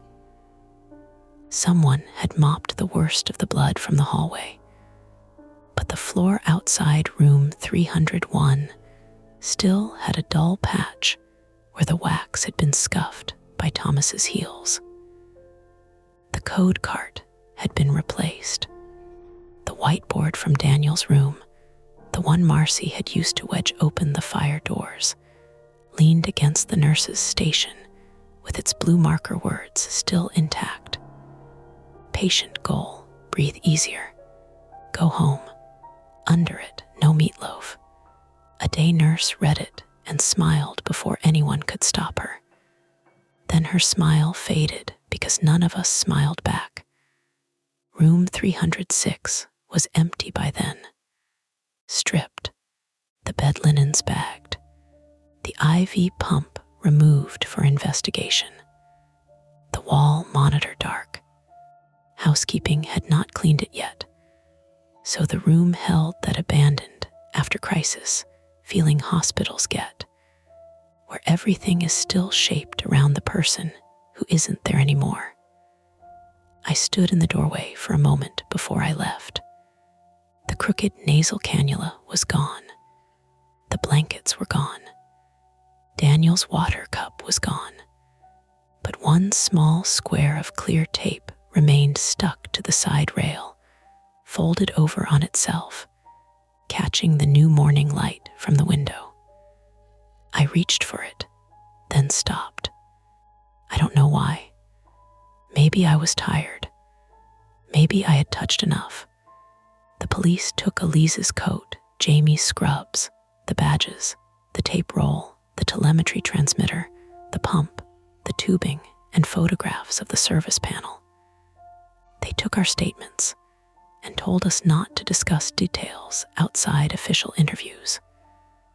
Of course, everyone discussed details in whispers anyway, because humans are not built to carry fear in sealed containers. By noon, Daniel was still alive. By evening, Thomas was stable enough to ask for his glasses. By the next week, Jamie had been fired and charged with assault and reckless endangerment. Elise faced attempted murder charges after investigators determined she had deliberately misrouted Daniel's IV tubing and interfered with his care. The hospital called it an isolated criminal act compounded by equipment malfunction. Marcy called it a sentence written by 6 lawyers holding one pen. I stayed on nights. People ask me that part most often when I tell the story. Why I stayed. The answer is not bravery. I wish it were. The answer is debt, stubbornness, and the fact that leaving would have meant Elise and Jamie, and that lying green monitor got to decide what kind of nurse I became. So I stayed. I learned to start IVs while someone watched. I learned to distrust perfect numbers when the person in the bed looked wrong. I learned that stable is not a state of being.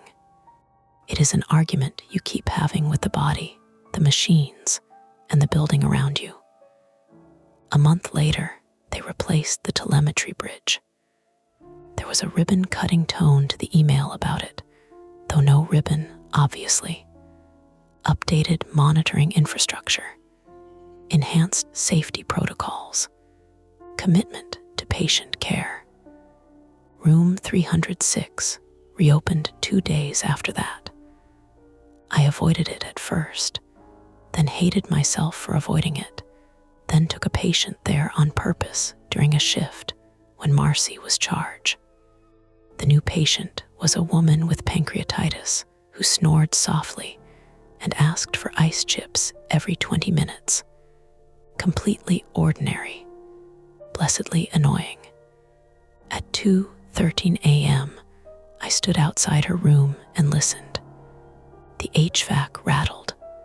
A call bell chimed from room 304. The ice machine dropped its load with a crash. No clicking pump. No false rhythm. No woman at the door asking to be let in. I should have felt better.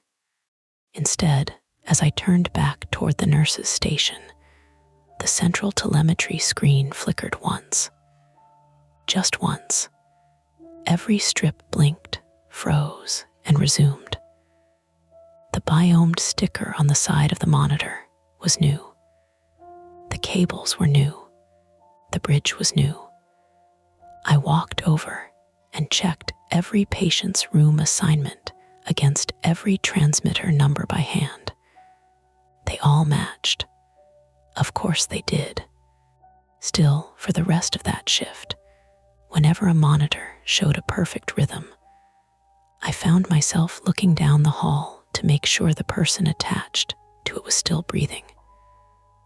Not because I believed in ghosts, because I believed in people.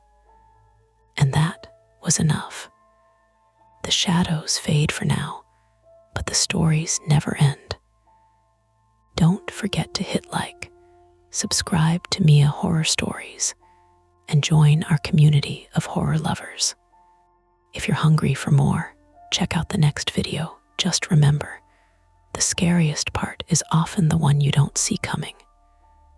Hey friends, it's your girl Mia. This is Mia Horror Stories. And tonight's story, my security system keeps saying welcome home to someone else is told in darkness. The screen will stay black, so you can simply listen, imagine, and feel every moment without distraction. Trust me, the build-up matters, and the ending is where the real chill hides. So don't look away, and don't leave early. The first welcome home came while I was still sitting in my car, hand on the gear shift, rain ticking lightly against the windshield, like someone tapping with short fingernails. Not a big thing by itself. Security systems glitch. Phones lag. Bluetooth connects to the wrong thing. A neighbor comes too close to your property line and trips some weird geofence. That was what I told myself at 9:42 on a Thursday night, parked in my own driveway in Portland, Oregon, staring at the little blue notification banner on my phone. ARLOHOMEBAC. Welcome home, Daniel. The problem was that my name is not Daniel. My name is Mara Ellison. I'm 32, female. And at that exact moment, I was mostly worried about whether the carton of oat milk in the back seat had leaked into my work tote. I rented half of a narrow duplex in the Montevilla neighborhood, the kind of place with a postage stamp lawn, a basement that smelled faintly of old rain, and heating vents that clicked for 10 minutes after the furnace stopped. I worked as a claims adjuster for a regional insurance company, which meant I spent my days reading photos of water damage and broken stair rails, and people's worst afternoons, then deciding how much those afternoons were worth. It made me practical in a way that looked calm from the outside. Inside, I was a person who checked locks twice, sometimes 3 times. I sat there with the engine running and the wipers squeaking across the glass, looking from the notification to the dark rectangle of my front porch. The porch light had burned out 3 days earlier. I had bought a replacement bulb that afternoon, then forgotten it in the bag with the oat milk and dish soap. My own fault. The little covered entry was dim, except for the weak spill of streetlight through the rain, and the camera above the door had that tiny infrared wink in its corner. I tapped the notification. The app opened slowly, the way it always did when I needed it to be quick. A spinning circle, a frozen thumbnail. Then the live feed loaded. My porch was empty. Just the black welcome mat with half the letters worn off, the ceramic pot where my basil had died in July, and the edge of the railing shining wet. Rain made a soft hiss against the steps. From inside, the feed came that compressed, tinny version of the world security cameras always give you, as if reality had been packed in plastic. I watched for 5 seconds, 10. Nothing moved. Then the system spoke from inside my house, muffled through the front door, cheerful and female. Welcome home. I took my foot off the brake so suddenly the car rolled an inch before I caught it. For a moment, every ordinary sound got too clear. The engine idle, the rain, the turn signal from a car passing behind me, clicking too fast. My own breath making a small fog on the inside of the windshield. I checked the app again. No motion alert. No person detected. No door opened. Just that single line, "Welcome home, Daniel." I sat there longer than I'm proud of. Then I turned off the car, took the grocery bag in one hand and my keys in the other, and walked to the porch like a woman trying very hard not to look like she was afraid of her own house. The porch boards were slick under my flats. The dead bulb above me was cloudy with trapped moth dust. I held my phone up, lighting the keyhole with the screen, and heard the house doing all its normal house things from behind the door. The refrigerator humming, the furnace vent ticking, one of the pipes making a small knock in the wall. Normal sounds, familiar sounds. I unlocked the deadbolt. The security keypad on the wall blinked green. Disarmed. I had disarmed it from the driveway, like I always did, because my hands were full and the keypad timer annoyed me. Inside, the entry smelled like damp wool from the coat I'd left over the stair rail that morning, plus the lemon cleaner I'd used on Sunday, because I had convinced myself a clean floor would make me feel like my life had edges. "Hello," I said. My voice sounded too formal, like I was answering a hotel room door. No answer.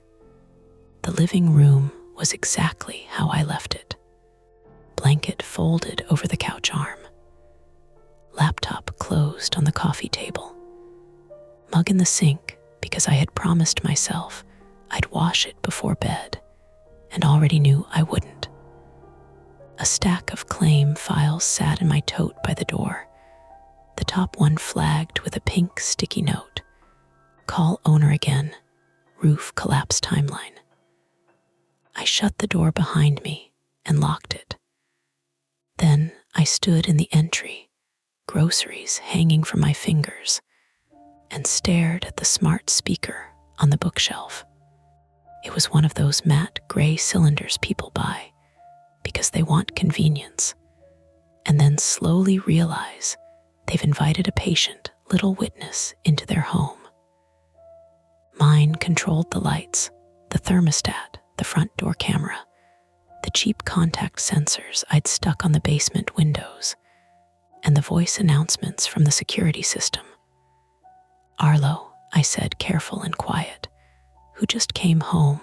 The blue ring lit up. I'm sorry, it said.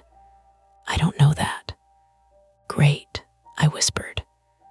I put the groceries down on the kitchen counter and checked the app again. Users, devices, automations. I knew the menu because I had gone through it 100 times after my divorce, removing Leo from everything one password at a time. Streaming services, bank login, shared grocery app, home security. Especially home security. I had not left Daniel in there. I did not know a Daniel, not well enough for my house to greet him. My phone buzzed in my hand, and I nearly dropped it. It was a text from Alina Cruz, 33, female, my neighbor in the other half of the duplex. Alina was a night shift nurse at Providence Portland Medical Center, calm in the blunt, slightly exhausted way nurses get after seeing too much and still needing to eat crackers over a sink. She had dark curls she usually pinned with a claw clip, an old Subaru with a bumper sticker that said, "Please, let ME merge. I'm tired," and a gift for making emergencies sound like scheduling issues. You home? I stared at the message. Then another came through. Your porch thing talked, heard it through the wall. I typed back with wet thumbs. It said, welcome home. 3 dots appeared, disappeared, appeared again. Yeah, thought you had someone over. Male name, couldn't catch it. That made the room feel smaller. Not colder, not dramatic. Just smaller, the way a bathroom feels smaller when the fan stops, and you realize how much noise it had been making. I called her. She answered on the second ring. Hey, I'm making coffee before I leave, so if this is a ghost, I'm charging overtime. No ghosts, I said automatically. Good, hate ghosts, bad charting. Alina, did you see anyone? I was in the kitchen. I heard the system voice through the wall. Then maybe your front steps creaked, but it's raining, so everything creaks. Why? I looked toward the entry. The deadbolt was locked. The chain was on now too, because my hand had done that without asking me. My app says it welcomed someone named Daniel. Who's Daniel? I don't know. A pause, not long, but long enough for her to stop making jokes. Want me to come over before I leave? No, I said too quickly. No, it's probably a software thing. I updated the app yesterday. Did you add a Daniel? No. Then it's a creepy software thing. I laughed once because she did, but mine had no air under it. Alina lowered her voice. Mara, do you want me to come over? That was the thing about Alina. She knew how to ask twice without making you feel stupid for changing your answer. I almost said yes. The word was right there, sitting behind my teeth. But I had worked hard to stop needing people to walk me through my own front door.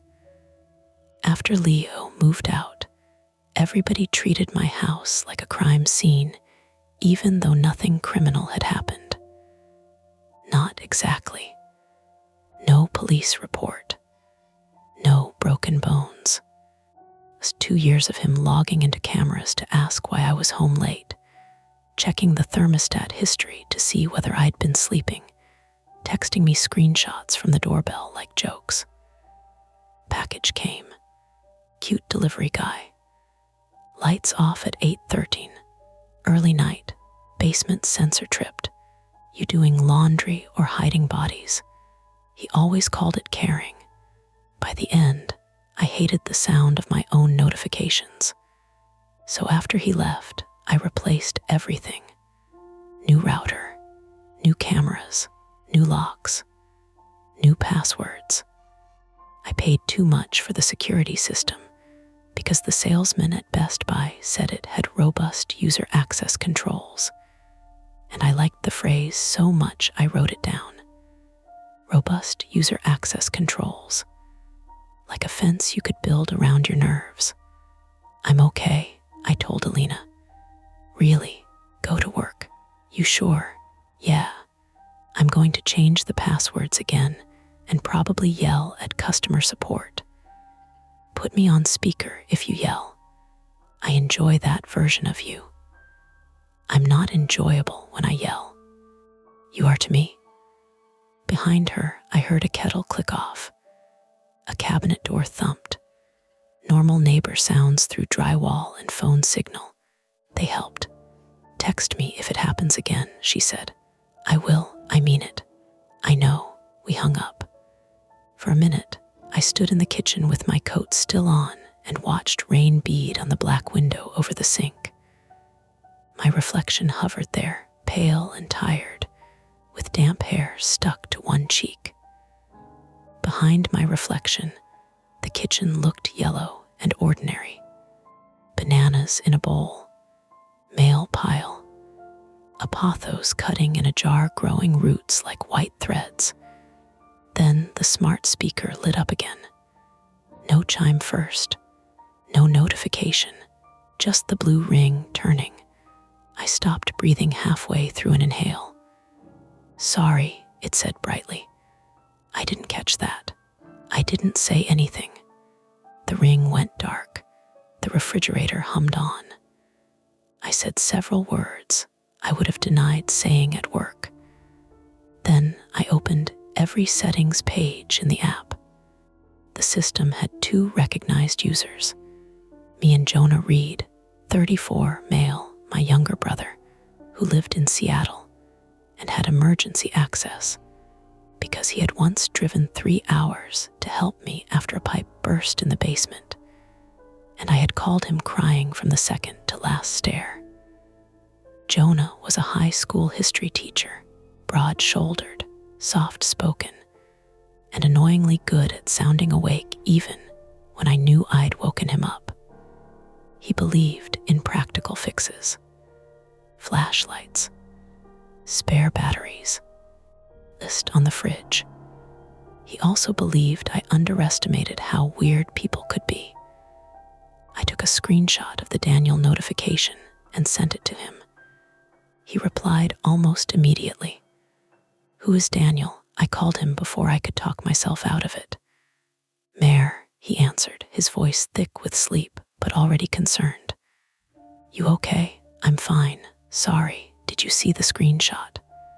Yeah. Is Daniel a friend? No. A contractor? No. Exterminator, landlord. That guy who fixed the gutter. His name was Phil. Right, Phil. Bad ladder safety. I leaned back against the counter. The system announced it out loud. Alina heard it. Door open. No, any footage. Porch is empty. Check the event log. I did. It just says welcome home. Okay. His voice changed slightly, settling into the tone he used when a student got overwhelmed. First, don't go searching the house. I'm already inside. I know. Don't go searching more of it. I'm not helpless. I didn't say helpless. I said don't go room to room alone because your app got weird. That irritated me because it was reasonable. I glanced toward the dark hallway leading to the bathroom, bedroom, and basement door. The hallway light was off. I remembered turning it off that morning. The pull chain in the basement had a little metal bead at the end that tapped the wall whenever the furnace kicked on. I could hear it now, faintly. Tick, tick, tick. Could someone spoof it? I asked. Maybe. Could also be a cloud account bug. The facial recognition thing. I don't use facial recognition. You sure, I'm sure, could be geofencing. Someone named Daniel used to live there. I've been here 18 months. Before that, it was a couple named Stacy and Drew. You know that from mail and Alina. Okay, he yawned, then tried to hide it. Text the landlord. Ask if any previous tenant had smart devices tied to the address. My landlord thinks Wi-Fi is a brand. Then text anyway. And change the password. I'm doing that. Good. Also unplug the speaker tonight. I looked at the gray cylinder on the shelf. It looked harmless. That was the annoying part, like a candle without a wick. If I unplug it, the cameras still record. Usually, yeah. The base station does. Check. I hate this. I know. There was a small rustle on his end, sheets moving, probably him sitting up. Want me to drive down? No, Mara. No, you have school tomorrow. I can get a sub. It's a 4-hour round trip because my robot said hi to the wrong man. 3 hours if I speed. You drive like a retired librarian. Retired librarians have places to be. I smiled despite myself, and the smile made me feel steadier. Then, from somewhere below me, the basement floor gave one soft creak. Not the house settling. I knew the house settling. The duplex expanded and contracted with weather like an old knee.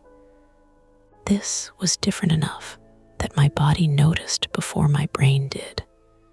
A single board, pressure, release. I turned toward the basement door. Jonah heard the change in me. What? Nothing. Mara, I heard something. From where? I didn't answer right away. The basement door sat at the end of the little hall off the kitchen, painted the same landlord white as the walls. A strip of darkness showed underneath because I never remembered to replace the weather stripping. The knob was old brass, scratched around the keyhole, though there was no key for it anymore. Again, a sound.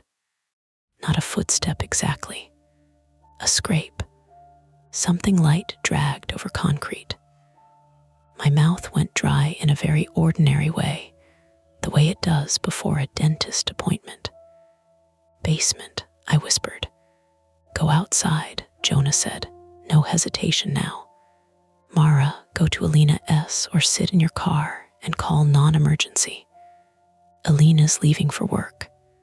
Then car now. I didn't move. That is the ugly truth. Part of me was afraid, yes. But another part, the stubborn, embarrassed part that had been trained by years of explaining things away, stood there arguing. It could be the furnace. It could be a branch against the foundation vent. It could be the old storage shelf settling under the weight of paint. Kens I had never used. It could be anything. And if I called police because my basement made a noise after a smart speaker glitched, then I'd have to stand on my porch in the rain and explain myself to 2 bored officers while Alina watched from her window and Jonah drove down anyway. I hated needing proof. I hated needing enough proof to be believed. Mara, Jonah said sharper, don't do that thing. What thing? The thing thing where you decide being embarrassed is more dangerous than being wrong. I closed my eyes. The house clicked and hummed around me. Then my phone buzzed again against my cheek. Another Arlo notification. Basement sensor. Activity detected. The basement sensor was a cheap contact sensor on the small window near the laundry sink. Not motion, contact. It only alerted when the window opened. I had checked that window yesterday because rainwater sometimes pooled in the well outside it. It had been latched. I looked at the basement door. Jonah was saying my name. I could hear him, but he sounded farther away, like the phone had slipped underwater. The smart speaker lit blue. For 1 second, I thought it was going to say it hadn't caught something again. Instead, in that same helpful, pleasant voice, it announced from the shelf behind me, "Welcome home, Daniel." This time, the sound from below answered it. A small bump, then another, not random. Not the furnace. Something touched the other side of the basement door from below the stairs. I backed away until my hip hit the counter. The grocery bag tipped over beside me. The oat milk carton rolled out, bumped the sink, and leaked a thin white line across the laminate. Jonah's voice cracked through the phone. "Mara, out now." The choice should have been simple. Front door, rain, car, call police. But my keys were on the hook beside the basement door, exactly where I always put them because routine made me feel safe. My shoes had already made little wet prints across the kitchen. My phone was in my hand, Jonah breathing hard through the speaker. The security app still open, the basement sensor glowing red on the screen. The front door was behind me. The keys were ahead, and between those 2 points, my ordinary house waited, humming softly, asking me to decide how much normalcy I was willing to risk to keep pretending this could still be explained. For about 3 seconds, I became the kind of person who could make a plan. Not a good plan. Not a brave plan. Just a plan made of tiny instructions. Phone in hand. Shoes on.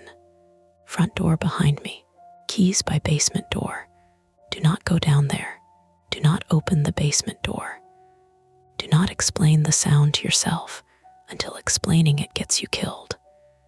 Jonah stayed on speaker, his voice cutting in and out because I had started walking backward into the living room, and the Wi-Fi in that corner always hiccuped.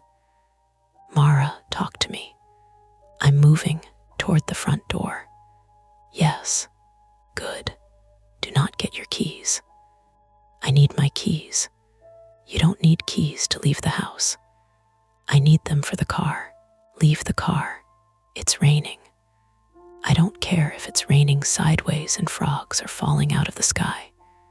"Go to Alina S. Alina's leaving."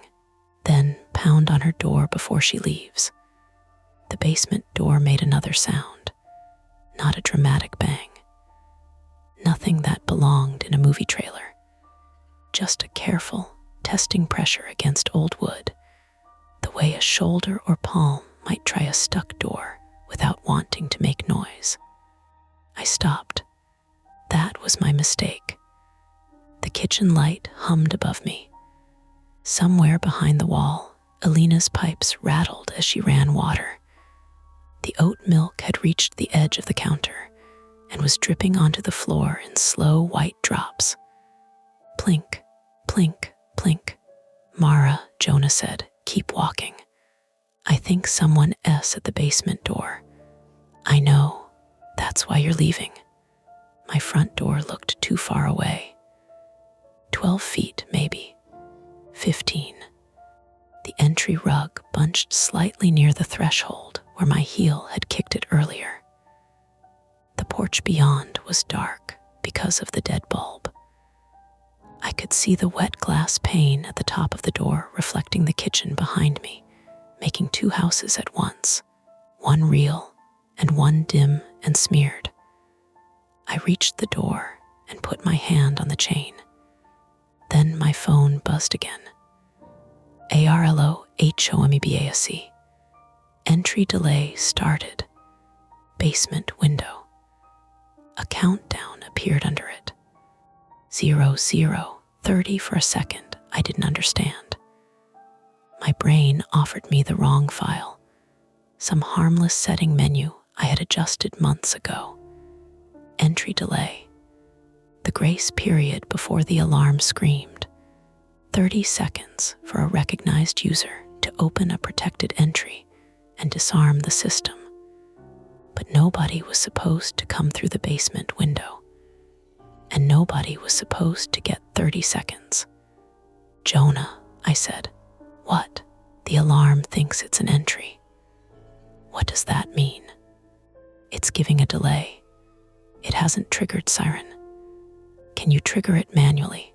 I looked at the screen. 00:24 panic does not always make you fast. Sometimes it makes every button look like it belongs to a different machine. I stabbed at the red shield icon in the app. It asked if I wanted to activate emergency response. Then it froze. The little wheel spun with insulting patience. 00:19 behind the basement door. Something scraped the lower stair.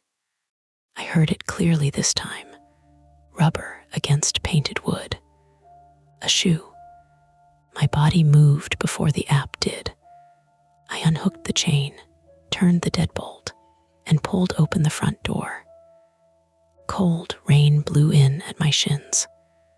The porch smelled like wet dirt from the basil pot and the metallic stink of old gutters.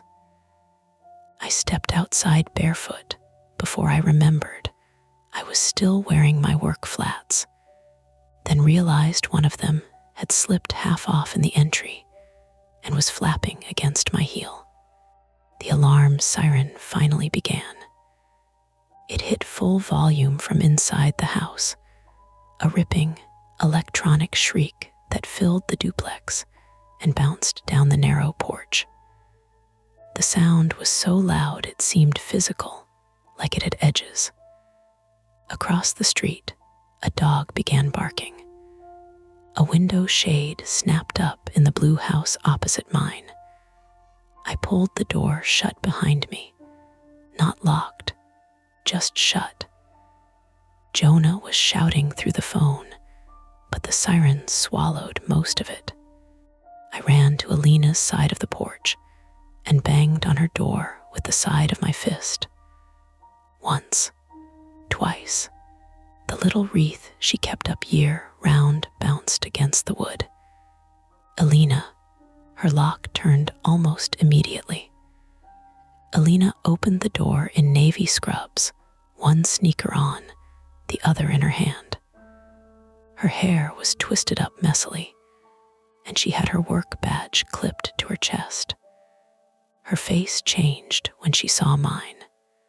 Characters present in this moment: Alina Cruz, 33, female, Mara's neighbor and a night shift nurse, practical under pressure, but tired enough to be blunt.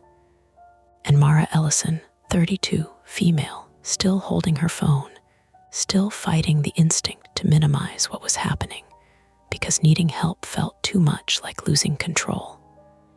What happened? Alina asked. Basement window. Someone came in. I think someone came in. She grabbed my wrist and pulled me inside. Her half of the duplex was warmer than mine and smelled like coffee, laundry detergent, and the garlicky soup she had reheated before work. Her kitchen light was on, casting a yellow stripe across the little hallway. Everything was normal in there: a lunch bag on the counter, a stack of mail under a ceramic frog, a dish towel with lemons on it. Then my house siren cut through the shared wall, and normal became thin. Alina shut and locked her door. Call 911. I'm trying. Call. Not app phone. I know, I did know. That was the worst part. I handled emergency claims. I told people every day to call fire, call police, get out first, document later. But my thumb still hovered over the security app, waiting for it to prove something, to turn fear into a clean line item. Jonah's voice came from the phone. Mara, are you out? I'm at Alina S. Good. Call 911. I am. Alina took the phone from my hand, not gently. Jonah, right. She's here. I'm calling on mine. I can call too, Jonah said. Do it, Alina told him. Tell them basement entry, active alarm, possible intruder, resident out of the house. Got it. She handed my phone back and grabbed hers from the counter. I stood there uselessly, listening to her speak to the dispatcher with a steadiness I envied. Hi, I'm at 7826 Northeast Everett, Portland, Oregon. My neighbor's alarm is going off. She received a basement window alert and believes someone entered the house. She's with me next door. Yes, we are inside my unit, door locked. No, we have not seen the person. I wanted to correct something, not because she was wrong, but because my mind kept reaching for a smaller version of the story. Possible person, possible entry, could be a window latch, could be a raccoon, could be a software issue and a raccoon and a terrible coincidence. But from my side of the duplex came a heavy thud, followed by the crash of something falling. Alina stopped speaking for half a second. Then she said, "We just heard something inside the adjoining unit." The dispatcher's tinny voice leaked from her phone. Alina listened, eyes fixed on the wall between our kitchens. "No, we are not going outside unless instructed." Okay. She covered the phone. "They want us to stay inside, away from shared walls if we can." "The whole house is a shared wall," I said. "Then away from this one." She pulled me toward her living room, which sat slightly forward of mine, separated by the old central staircase wall and layers of plaster.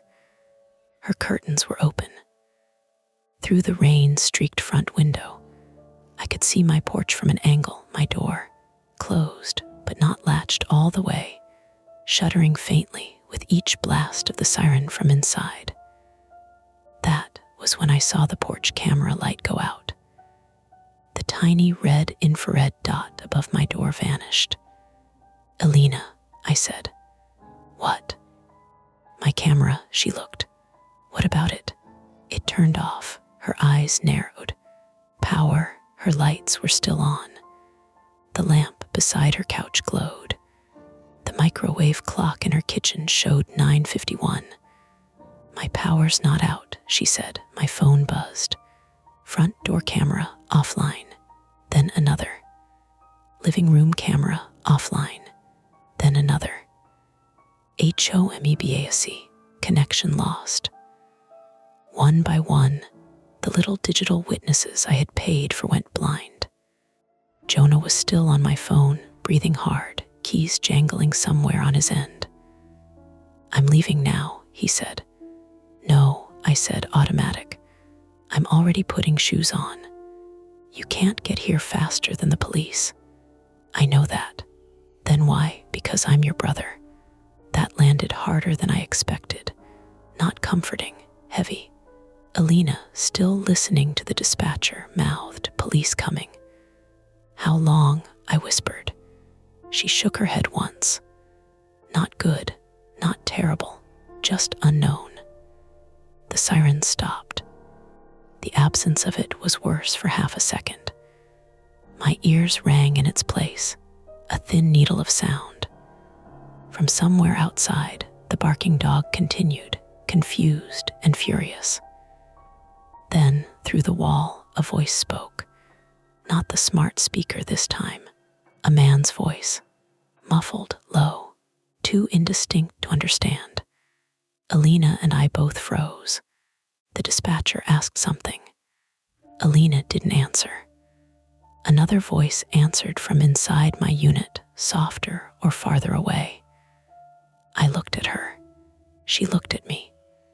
Two voices. My mind rejected it so quickly that for a second I felt almost calm. One person was possible. Horrible, but possible. Someone slipping through a basement window, maybe a burglar, maybe a confused addict looking for shelter, maybe one of the men who sometimes camped near the Max stop and moved through alleys with carts full of wet blankets and cans. But two people meant organization, purpose, a choice. The time-sensitive problem arrived in that instant, plain and cruel.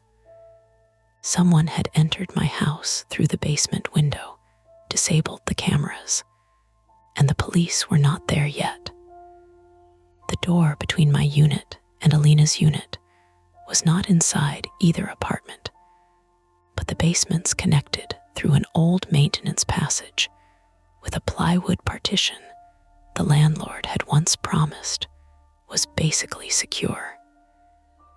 If whoever was in my basement knew that, Alina's locked front door would not matter. I had forgotten about the partition. Or maybe I had chosen not to remember. Alina, I whispered, the basement. She stared at me. What? Our basements connect. Her face emptied of color in a practical medical way, like she had just seen a blood pressure reading drop. You told me there was a wall. There is. What kind of wall? Plywood, a partition. The landlord uses it for furnace access. Locked. I don't know. You don't know. It's on his side.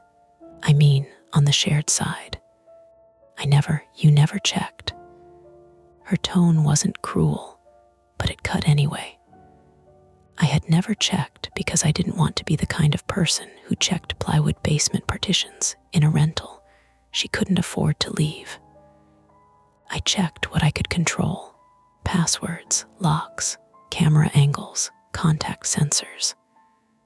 I made a bright little fence around the devices and ignored the soft, rotting places in the actual house. The dispatcher spoke again. Alina put the phone back to her ear. Our basements may connect, she said.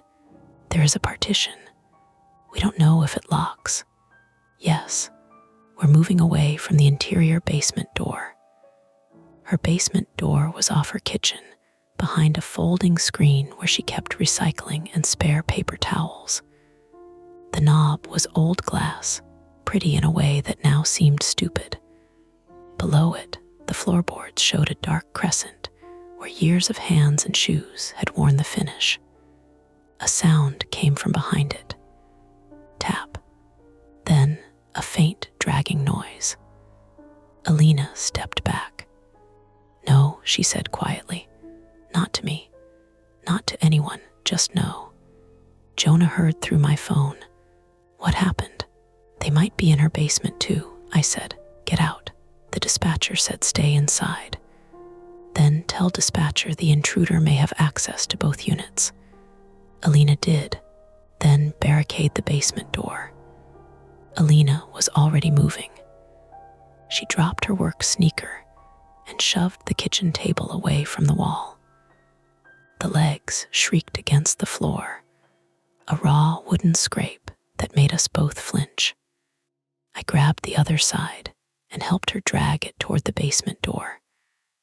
Careful, she hissed. I am. You're pushing it crooked. I'm trying. The table caught on the edge of the rug.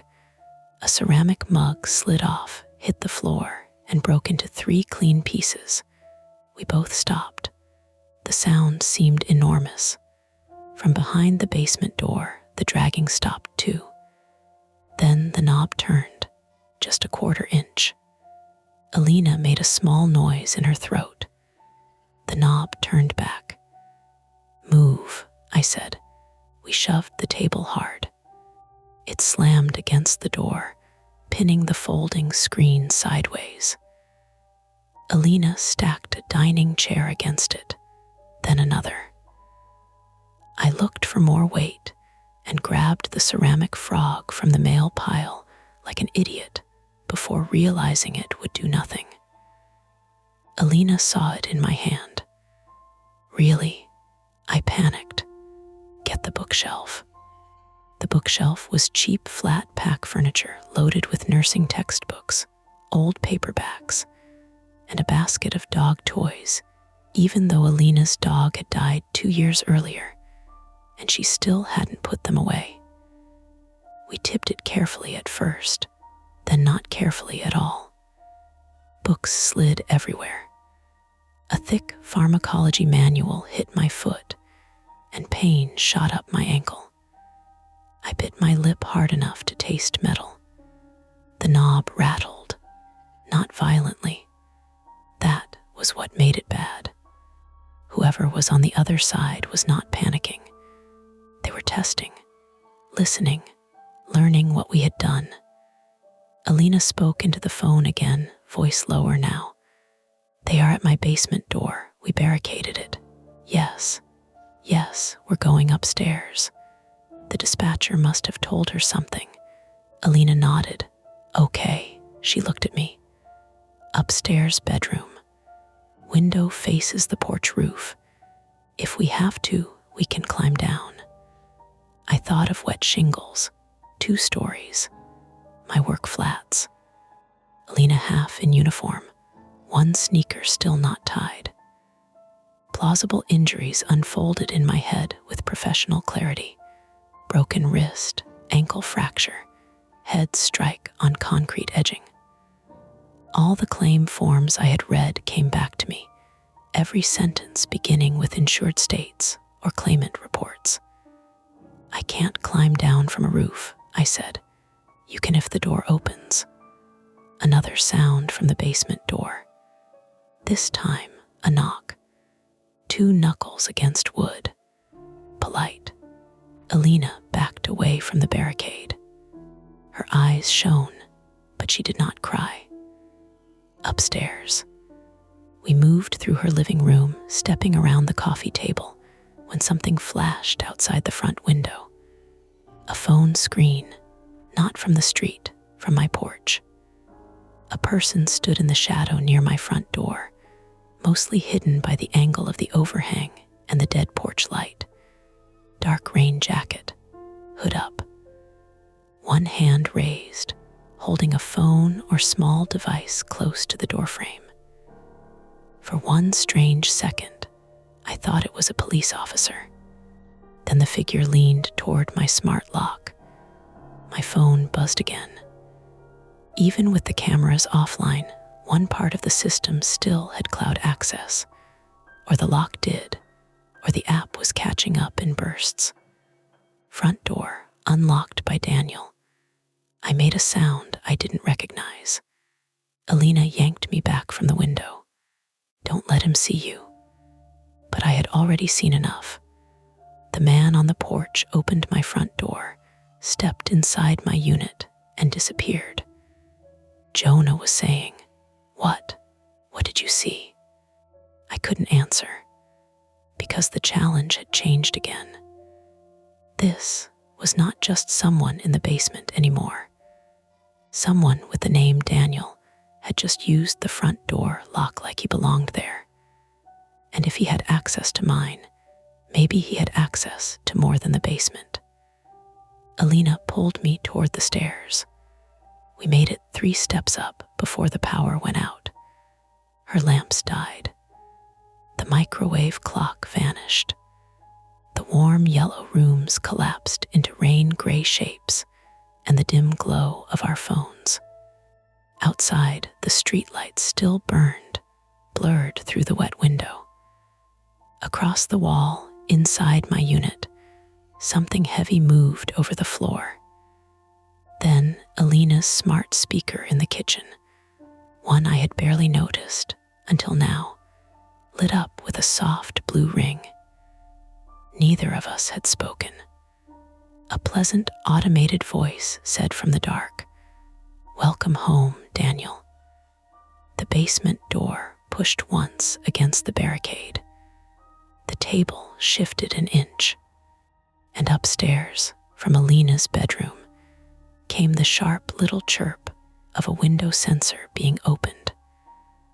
The chirp from upstairs was small enough that, in any other life, I might not have heard it. A polite little electronic note. One of those sounds designed by somebody in an office to be helpful, not frightening. The kind of sound your house makes when a window opens in spring and you want the breeze to come in.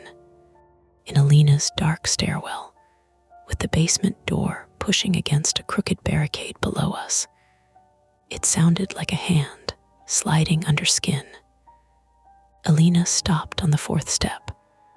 I bumped into her back hard enough to knock my bad foot against the riser. Pain went up my shin in a bright, clean line. I swallowed a noise and gripped the banister. "What was that?" Jonah asked from my phone. "Alina's bedroom window," I whispered. Alina turned just enough for the glow of her phone to catch one eye. "No, it was a window sensor." "No," she said again, but softer this time, as if saying it quietly made it more likely to be true. "That window sticks. I keep it locked." Below us, her smart speaker sat in the black kitchen with its blue ring fading. The basement door pressed once more against the table. The bookshelf creaked where we had jammed it on top. Books shifted and settled with little paper sighs. We were on Alina's staircase, which ran up from the living room to a short second-floor hallway. At the top, her bedroom was on the left, facing the front of the duplex and the porch roof. The bathroom was straight ahead. A small office was on the right, its window facing the narrow side yard between the duplex and the neighbor's fence.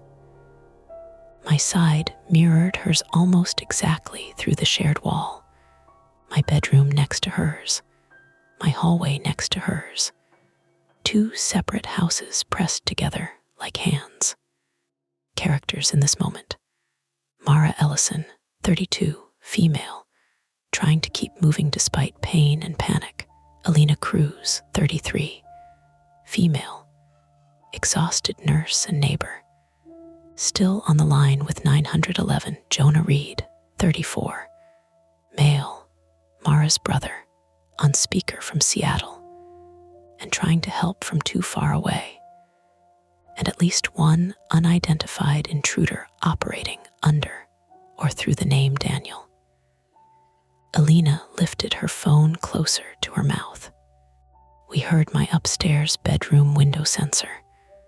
"We are on the stairs. We don't know if anyone is upstairs." The dispatcher's voice came through thin and controlled. I could not hear all of it, just pieces. "Do not investigate. Safe exit. Officers en route."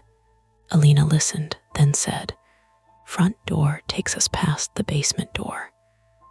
Back door is in the kitchen, also past the basement door." That was the map. Terrible and simple. Downstairs, the basement door was off Alina's kitchen, near the back door. The front door opened into her living room, but to reach it from the stairs, we would have to cross the room in view of the big front window and near the kitchen opening. Upstairs, we had 3 rooms and no clean exit except the bedroom window onto the porch roof, the same bedroom whose sensor had just chirped. Jonah said, "Can you get into the bathroom and lock it?" "Alina," I asked. "The bathroom door has a push-button lock," she said. "A toddler could open it with a fingernail." "Office," No lock, bedroom, lock, but if the window is open, she did not finish. The basement barricade shifted again. This time, the table legs screeched a few inches over the floor. We went up, not bravely, not smoothly. We went like people trying not to fall, while their bodies wanted to run faster than the stairs allowed. Alina went first, phone up like a flashlight. I followed, one hand on the wall, my foot throbbing from the pharmacology book. Behind us, the downstairs dark felt occupied. At the top hallway, the air smelled different. Colder, wet. Alina noticed too. Her shoulders stiffened. Her bedroom door stood half open on the left. A rectangle of gray streetlight lay across the hallway floor. Rain clicked against glass somewhere inside the room, but the sound was wrong for a closed window. Too open, too close. I could hear water hitting the sill. Alina whispered, "I'm checking from the doorway." The dispatcher was saying not to. Jonah was saying not to. I was also saying not to, but my voice had shrunk to almost nothing. Alina edged forward anyway. This was our first attempt to solve it, confirm whether the upstairs escape route was still usable. It was a bad attempt because every choice was bad. If the window was open, but no one was there, we could climb out. If someone was there, we needed to know before locking ourselves beside them. Alina stood just outside the bedroom and angled her phone light in. A shape lunged from the bed. She screamed. I grabbed her scrub top and yanked her backwards so hard we both hit the opposite wall. My elbow struck the doorframe. The pain was dull at first, then hot. Something flapped and thrashed inside the bedroom. Wings, not hands. A pigeon exploded out through the half-open window, slapping once against the curtain rod before it found the gap and vanished into the rain. Feathers spun in the phone light. Alina bent over, one hand on her knee, breathing like she had been punched. "Bird," she gasped. It was a bird. The misdirection should have made us laugh. Maybe later, someone would tell it that way. 2 grown women nearly died of a pigeon. But in that moment, the explanation did not make the bedroom safe. It made it worse, because the window was open wide enough for the bird to come in, and the screen was gone. Alina stepped to the doorway again, slower. I looked over her shoulder. Her bedroom was small and neat in the way of someone who sleeps odd hours and protects rest like medicine. Bed against the left wall. Dresser on the right. Work hoodie over a chair. Window straight ahead, open from the bottom, rain blowing in over the sill. The screen lay inside on the floor, bent at one corner. Outside, the porch roof sloped dark and wet below, then dropped to the little front yard. No person, not inside, but the window had been opened from outside or forced from the frame, and the screen had been removed quietly enough that we had not heard it over the alarm. Alina stepped into the room and looked down at the sill. "Don't," I said. "I'm not going out, I'm looking." There were marks in the old paint, 2 dark smears, mud maybe, or wet rubber from gloves. On the outer sill, caught against a splinter, was a short black fiber like it had come from a jacket cuff. Alina's jaw tightened. "Can we climb down?" I asked. She shone her phone out the window. Rain silvered the porch roof. The shingles looked slick as fish scales. The gutter below had pulled away at one corner. Past it, on the front walk, my house door stood slightly open again.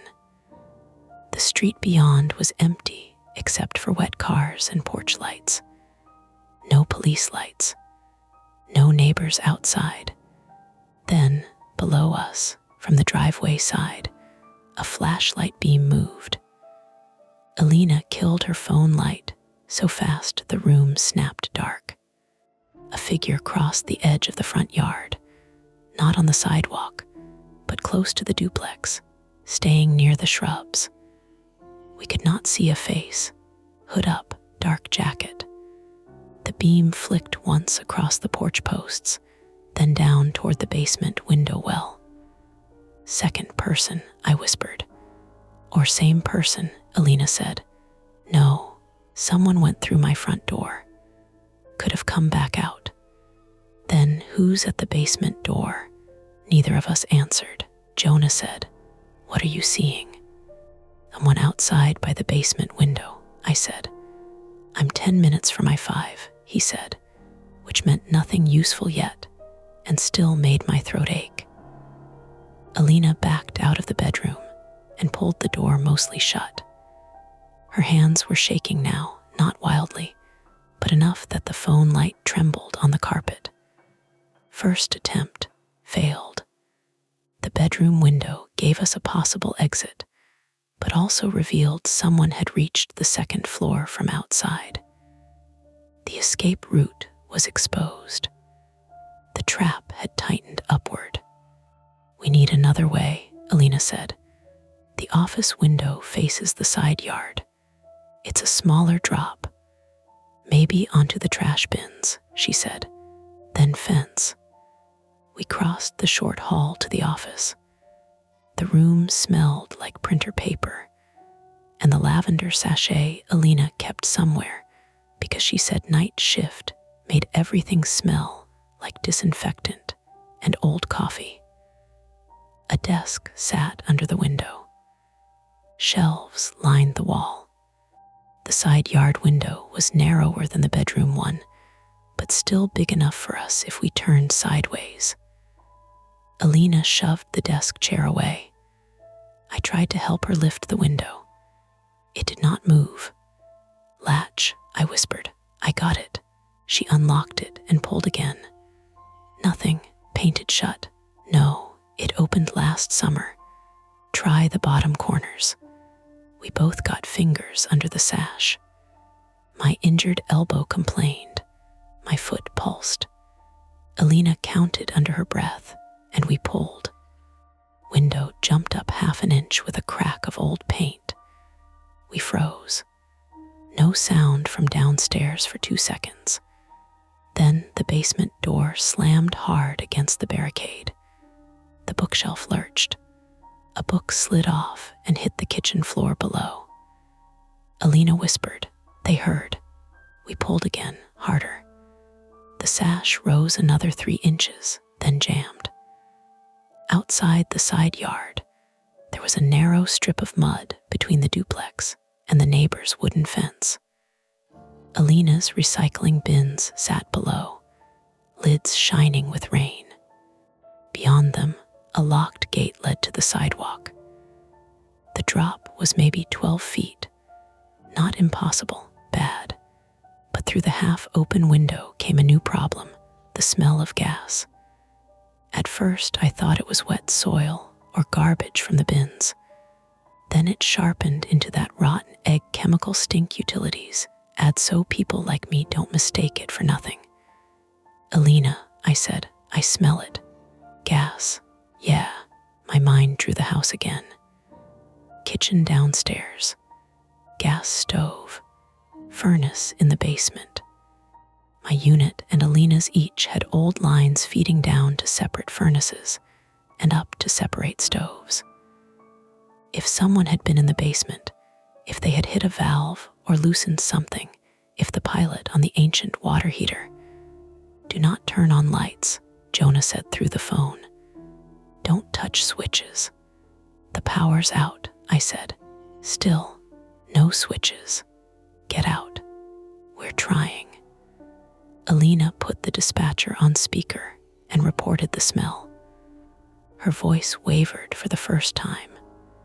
We smell gas upstairs near a side window. Power is out in the unit. We are not using switches. Yes, we're away from the kitchen. The dispatcher's tone changed. I heard that much, sharper instructions. Exit if safe. Do not use anything that could spark. Officers and fire notified. The problem became time sensitive in a new way. Intruders were one danger. A gas leak was another, less personal and more absolute. It did not care who Daniel was. It only needed a spark, a pilot flame, a bad wire, a phone battery behaving in the one in a million way people only mention after the house is gone. Second attempt, escape through the office window. We pushed the sash again, slowly now, because noise mattered and sparks mattered, and because every movement felt like bargaining with the structure itself.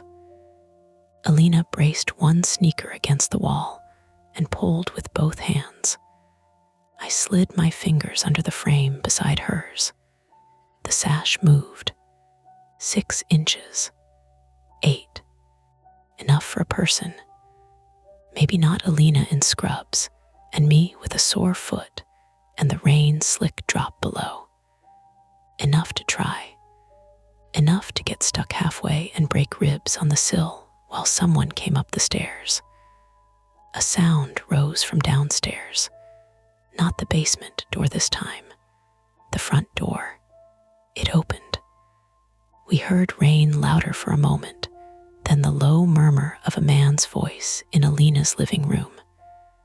Inside Alina's unit. I put my hand over my mouth. Alina's face changed in a way I had seen only once, when she had found a raccoon injured in the alley, and realized it was too hurt to save. Fierce, frightened, and already choosing what had to be done. She pointed to the office closet. We squeezed inside. The closet was shallow, packed with winter coats, a vacuum handle, banker's boxes, and a rolled yoga mat that dug into my shin. Alina pulled the door almost closed, leaving a narrow line. We crouched in damp phone glow darkness and listened. A male voice came from below, too muffled to make out. Then another voice, closer to the basement door maybe. A short exchange. Alina had turned her phone screen against her chest to hide the light. I could feel her shoulder trembling against mine. My own phone was still connected to Jonah. I lowered the volume until his voice became a whisper. "Mara," he said, "where are you?" "Office closet," I breathed. "Are they inside, Alina S.?" "Yes." "Stay quiet." That almost made me laugh. Not because it was funny, but because silence had become a task, and my body was bad at it. My teeth wanted to chatter. My breath wanted to drag. My foot throbbed where the book had hit it, and my elbow felt swollen under my sleeve. Below, footsteps moved through Alina's living room. Slow, careful, not searching like a burglar tossing drawers. Listening. A floorboard creaked at the bottom of the stairs. Alina gripped my wrist so hard her nails pressed half moons into my skin. One step, then another. Whoever it was had started up. The office had one door to the hall. Across the hall was the bathroom. To the left, Alina's bedroom with the open front window. The office window behind us was stuck partly open, letting in cold rain smell and gas stink from below. We could not stay. We could not run downstairs. The bedroom roof exit faced whoever was outside. The office window was too narrow unless we forced it farther, and forcing it would make noise. The staircase creaked again. Halfway up, Alina leaned close to my ear. Bathroom. I shook my head. She pointed to the closet door, then the office door, then across. Her plan was barely a plan. When the footsteps reached the top and turned toward the bedroom, we would slip across to the bathroom, lock or block it, maybe get to the small bathroom window over the back awning. I mouthed, "Too small." She mouthed, "Try." The footsteps stopped at the top of the stairs. A phone vibrated somewhere in the hall. Not mine, not Alina's. A man whispered, "Windows open." Another voice answered from downstairs, "Check it." That told us something. They were coordinating. One upstairs, at least one down. They knew about the window. They might not know exactly where we were. Alina moved first. She pushed the closet door open inch by inch. It did not creak. Small mercy. The office was dark except for the gray window. The hall beyond held a shape near the bedroom doorway. A man in a hooded rain jacket, back to us, looking into Alina's bedroom. We got 2 steps. My injured foot landed on something round. A fallen pen, maybe. A spool from Alina's desk. It rolled. My ankle twisted. I hit the desk with my hip. The man turned. No mask. That was the detail that stuck. Hood up, lower face covered by a dark neck gaiter, but his eyes visible and ordinary in the phone light. Youngish. White. Rain on his eyebrows. He looked as surprised as I felt, and that somehow made him more real. Alina shoved me toward the bathroom. "Go," the man lunged. She slammed the office door into him. It caught his shoulder, not his face. He cursed, a normal human curse, sharp with pain. We ran across the hall and into the bathroom. Alina locked the push-button lock and grabbed the towel bar, then immediately realized it was useless. The bathroom was small. Sink on the left, toilet on the right, tub at the back under a frosted window, barely larger than a drawer, pink tile from some older decade. A plastic shower curtain printed with blue fish. The room smelled like shampoo and old grout, and faintly now gas. The man hit the bathroom door once. The cheap lock popped halfway but held. "Alina," I whispered. "Tub." She climbed into the tub and tried the frosted window.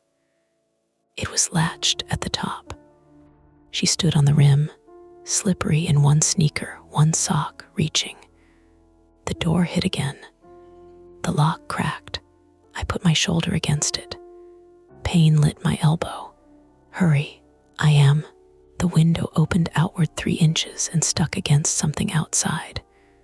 "Storm frame," Alina said. "It has a storm frame." "Break it." "With what?" I looked around. Toothbrush cup, soap dispenser, plastic trash can, nothing. The door hit a 3rd time. Wood split around the latch. My shoulder slipped. I caught myself against the sink, knocking Alina's hand soap to the floor. Jonah's voice came through my phone, still in my hand somehow. "Mara, police are close." I heard sirens on the call transfer. "Stay down if they enter." Sirens. For 1 second, under the rain and the pounding, I heard them too. Distant. Rising. Hope is dangerous when it arrives too early. It makes you pause. The man outside the bathroom stopped pounding. He heard them. Then he shouted down the hall, "Now." From below, something smashed. Glass, maybe, or a panel. Then a new sound, the hard, unmistakable beep of a keypad accepting a code. Alina and I stared at each other. Her bathroom door opened inward. The latch was broken enough that the next hit would take it. The window was too small and blocked. The office window was partial. The bedroom window led to the roof, but also to the front, where someone had been outside. The gas smell was thickening. Police were close, but not inside. Fire may be behind them. Jonah too far away. The house, with its mirrored rooms and shared guts, had turned into a diagram of bad choices.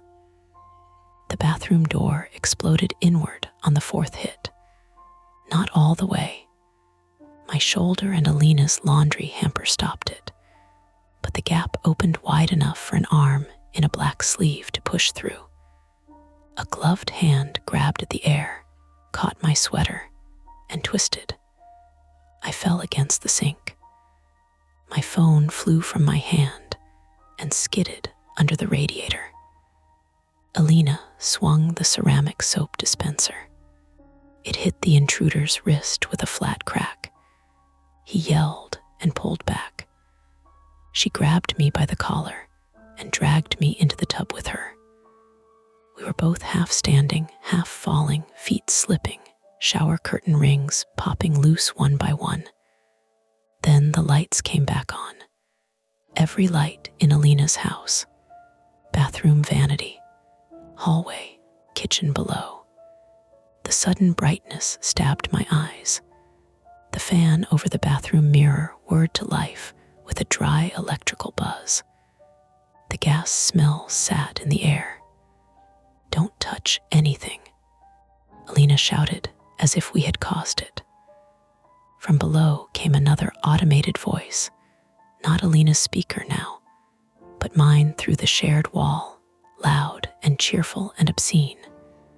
System disarmed. The sirens were closer.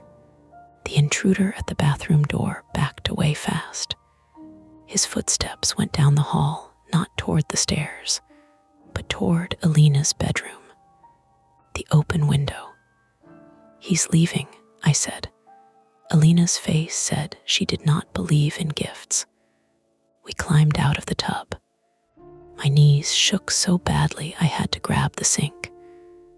Through the broken bathroom door, we saw the hallway empty. Bedroom door open.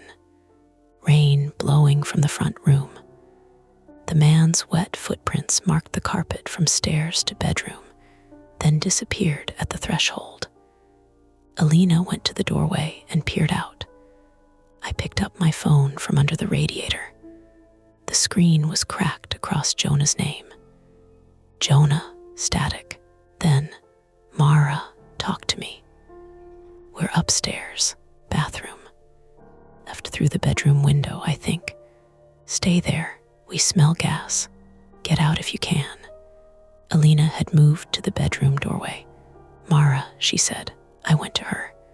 The bedroom window was still open. Rain blew in. The porch roof outside was empty, but the bedroom door, which had been plain white on the inside, now had something taped to it. A small plastic key fob. Black, with a security logo worn almost off. Beside it, stuck under a strip of blue painter's tape, was a photo. My house. Not from the street. From inside my living room. Me asleep on my couch, mouth slightly open, laptop glowing on the coffee table, taken from somewhere near the bookshelf. On the bottom, in black marker, someone had written, "Thanks for keeping IT updated." Alina read it over my shoulder. Neither of us spoke. Then the smoke alarm in my unit began to scream. A different alarm. Higher. Faster. Through the shared wall came a low whoop. Not an explosion, not yet, but the unmistakable breath of something catching fire. The point of no return arrived without drama. We could not stay upstairs and wait behind a broken bathroom door. We could not climb down to the front porch roof where the intruder had gone. We could not go down through Alina's kitchen past the basement door and whatever waited there. And now, my side of the duplex was burning. The smoke began to slide under the shared attic seam above Alina's hallway, thin and gray at first, then thicker, carrying the bitter smell of melted plastic. Alina grabbed my hand. "Back office window," she said. "It's stuck." "Then we make it not stuck." Behind us, from downstairs, the basement door barricade finally gave way with a crash. The crash from downstairs did not sound like furniture breaking. It sounded like a decision being made for us. The barricade went in pieces. A table leg snapped. Books slapped the kitchen floor. Something heavy slid and hit the wall below the stairs, and Alina's whole house seemed to flinch around it. For 1 second, neither of us moved. Smoke pushed along the ceiling above the hallway, slow and gray, feeling for corners. It seeped through the old attic seam where my half of the duplex met Alina's. It smelled like burning plastic and dust trapped inside wires. Not campfire, not fireplace. Something wrong burning where it was never meant to burn. Alina squeezed my hand so hard my fingers went numb. "Office window," she said. "We ran. Not well, not cleanly." I limped hard on my right foot, and every step made the bruise from the pharmacology book pulse like a second heartbeat. My elbow had swollen under my sleeve, and when I brushed it against the doorframe, sparks of pain shot up into my shoulder. Alina reached the office first and shoved her desk chair aside with one knee. The side yard window was still open, only 8 inches. Rain blew through the gap, spattering the desk, the printer, a stack of unopened mail. Below us, someone stepped onto the first stair. One creak, then another. "Mara," Jonah said from my cracked phone, his voice thin and distorted. "Where are you?" "Office," I said. "Window stuck. Break it." "With what?" Alina was already looking around. Desk lamp, printer, stapler. A framed certificate from nursing school. None of it enough, not cleanly. Then she grabbed the pharmacology textbook from the shelf. The same kind of book that had nearly broken my foot. "Move." She swung it into the lower pane. The glass cracked, but did not fall. She hit it again. This time it broke inward and outward at once, a sharp, wet sound swallowed by rain and smoke. Shards fell onto the desk. One sliced across the back of Alina's hand. She hissed and pressed it briefly against her scrub top, leaving a dark smear.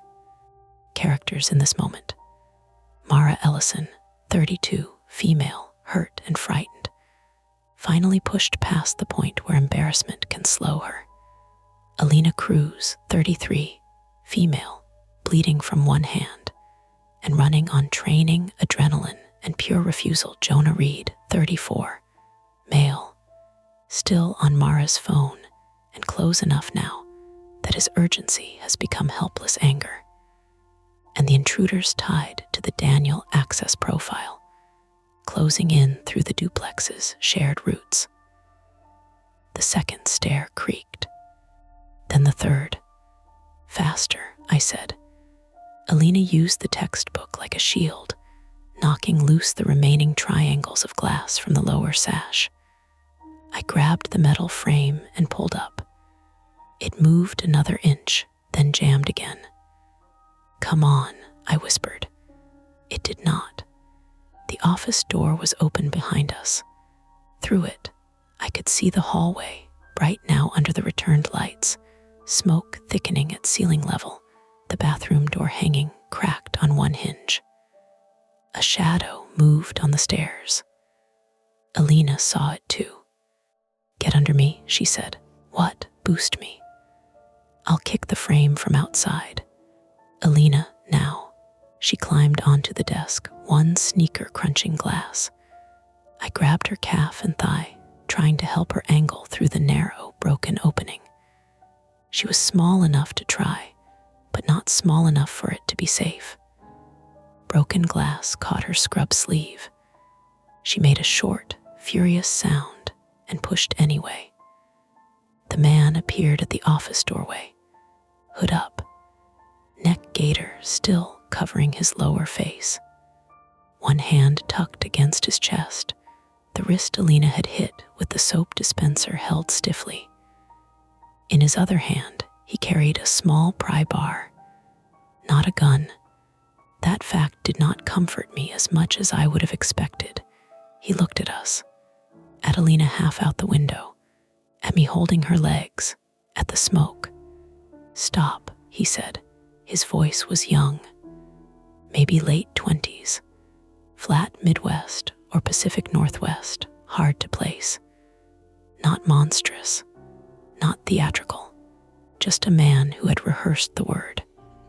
I didn't stop. Alina kicked backward, trying to wedge her shoulders through. I pushed. The man stepped into the room. I said stop. My phone, on the desk beside my hip, buzzed again. A notification flashed over Jonah's call. ARLOHOMEBSC, "Welcome home, Daniel." From downstairs, my smart speaker answered through the wall. "Welcome home, Daniel." The man's eyes flicked toward the sound. That tiny glance saved us. I grabbed the desk lamp and swung it at his face. I missed his face, hit his shoulder. The lamp shade crumpled. The ceramic base cracked against his collarbone, and he staggered back into the doorframe with a grunt. Alina shoved herself through the window. For one awful second, she hung there, hips caught, legs kicking against my chest. I heard fabric tear. Then she dropped, a crash below. "Alina, I'm down," she gasped from outside. "Bins, I'm on the bins." The man recovered fast. He came at me. No time for bravery. No speech. I threw the broken lamp at him and climbed onto the desk. He caught the back of my sweater. The collar choked me tight. I grabbed the jagged window frame with both hands. Glass bit into my left palm. Hot pain, wet blood. I shoved one knee through, then the other. He pulled hard enough that my sweater ripped down the seam. For half a second, I saw him clearly. Rain on his hood, pale eyes, a strip of ordinary forehead. He looked scared too, and that made the whole thing worse. He was not a shadow. He was someone who had eaten dinner somewhere, learned passwords somehow, decided to enter my house anyway. "Alina," I shouted. She grabbed my ankle from below. "Drop, I'm stuck." The man yanked again. My ribs hit the sill. Pain knocked the air out of me. I clawed at the frame and kicked backward. My heel connected with something soft. His stomach, maybe. He grunted and let go. I fell. Not far, but badly. I hit the recycling bins sideways, shoulder first, then rolled off into the strip of mud between the duplex and the fence. The impact knocked light out of the world for a second. My cheek landed in wet leaves. My left palm throbbed, full of glass cuts. My ribs burned where the sill had caught them. Alina was beside me, one hand wrapped in the bottom of her scrub top, blood leaking through the fabric. "Up," she said. "I can't." "Yes, you can." She hauled me by the armpit. Above us, the man leaned out of the broken window. Alina grabbed one recycling bin and tipped it hard.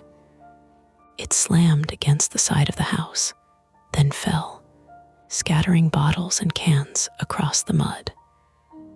The noise was huge in the narrow yard. It forced him back.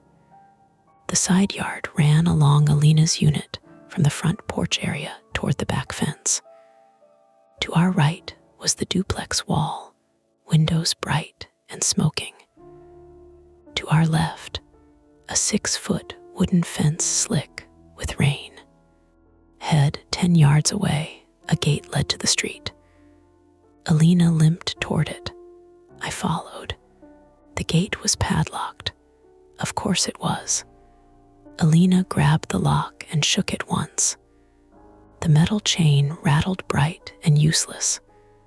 "No," she said, behind us, the office window scraped. He was climbing out. "Back," I said, "the backyard, kitchen door maybe." "The basement door is open." "Front. Daniel went that way." She looked at me, and for the first time, I saw the calculation in both of us settle into the same ugly answer. We could not run out. We had to go back in. Not upstairs.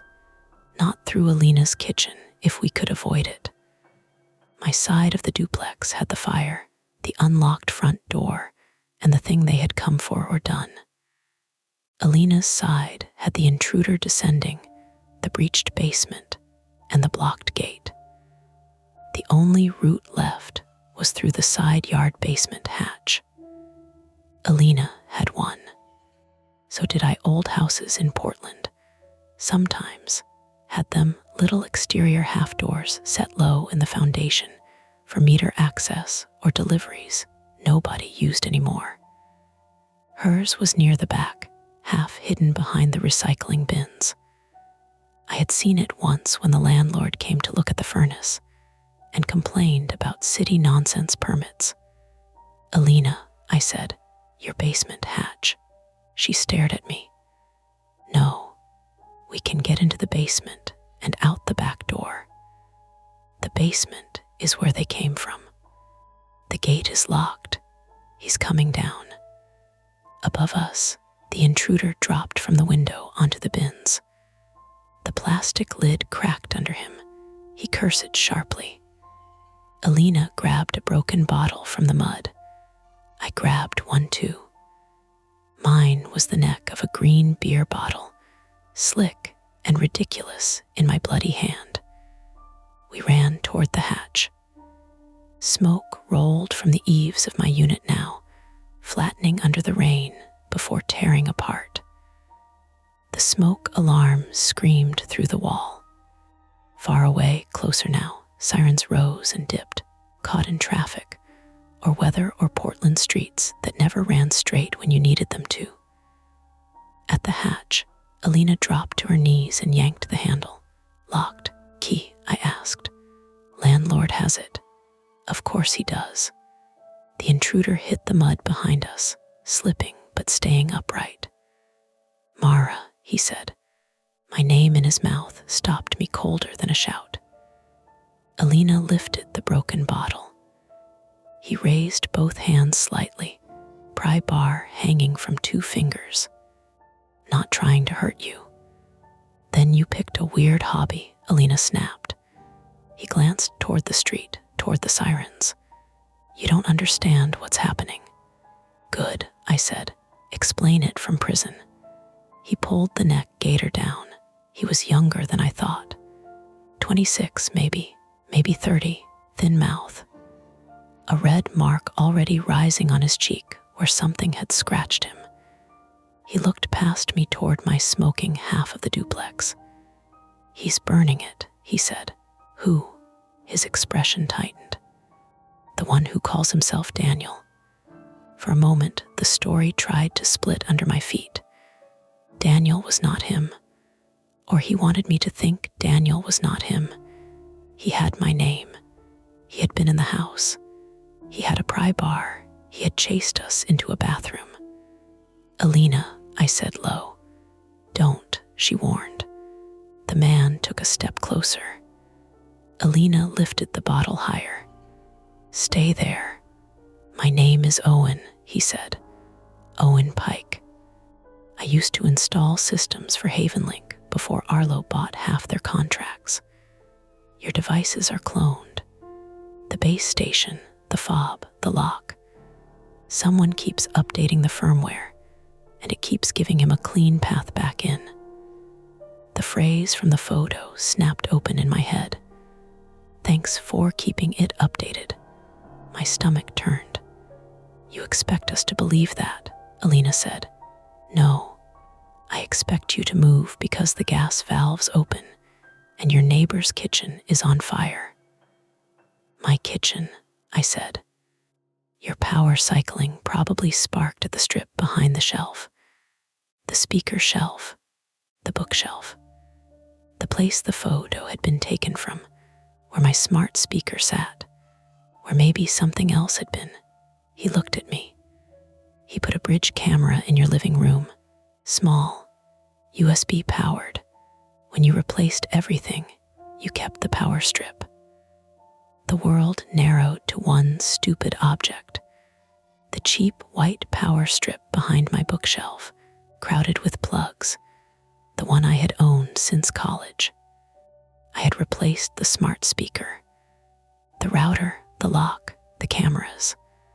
I had kept the strip, because it was just a strip. Behind us, the intruder from the window, Owen, if that was true, looked more frightened of the house than of us. But footsteps thudded inside Alina's kitchen. Another man shouted from below. Owen turned sharply.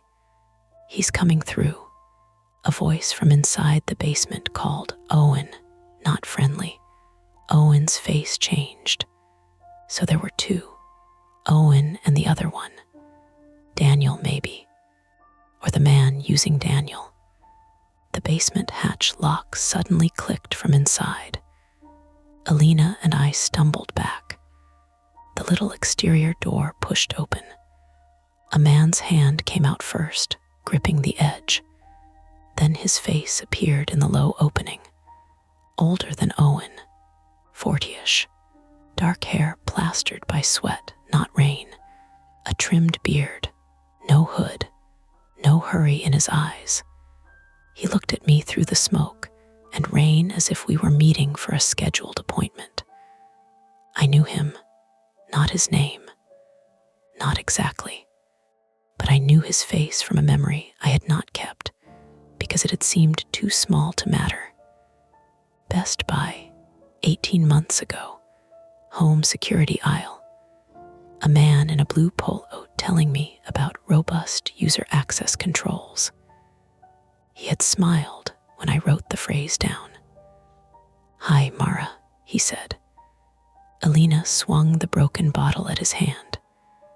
He pulled back fast, and Owen lunged toward the hatch at the same time. The older man shoved from below with his shoulder, forcing the hatch wider. Owen slammed his pry bar down on the man's wrist.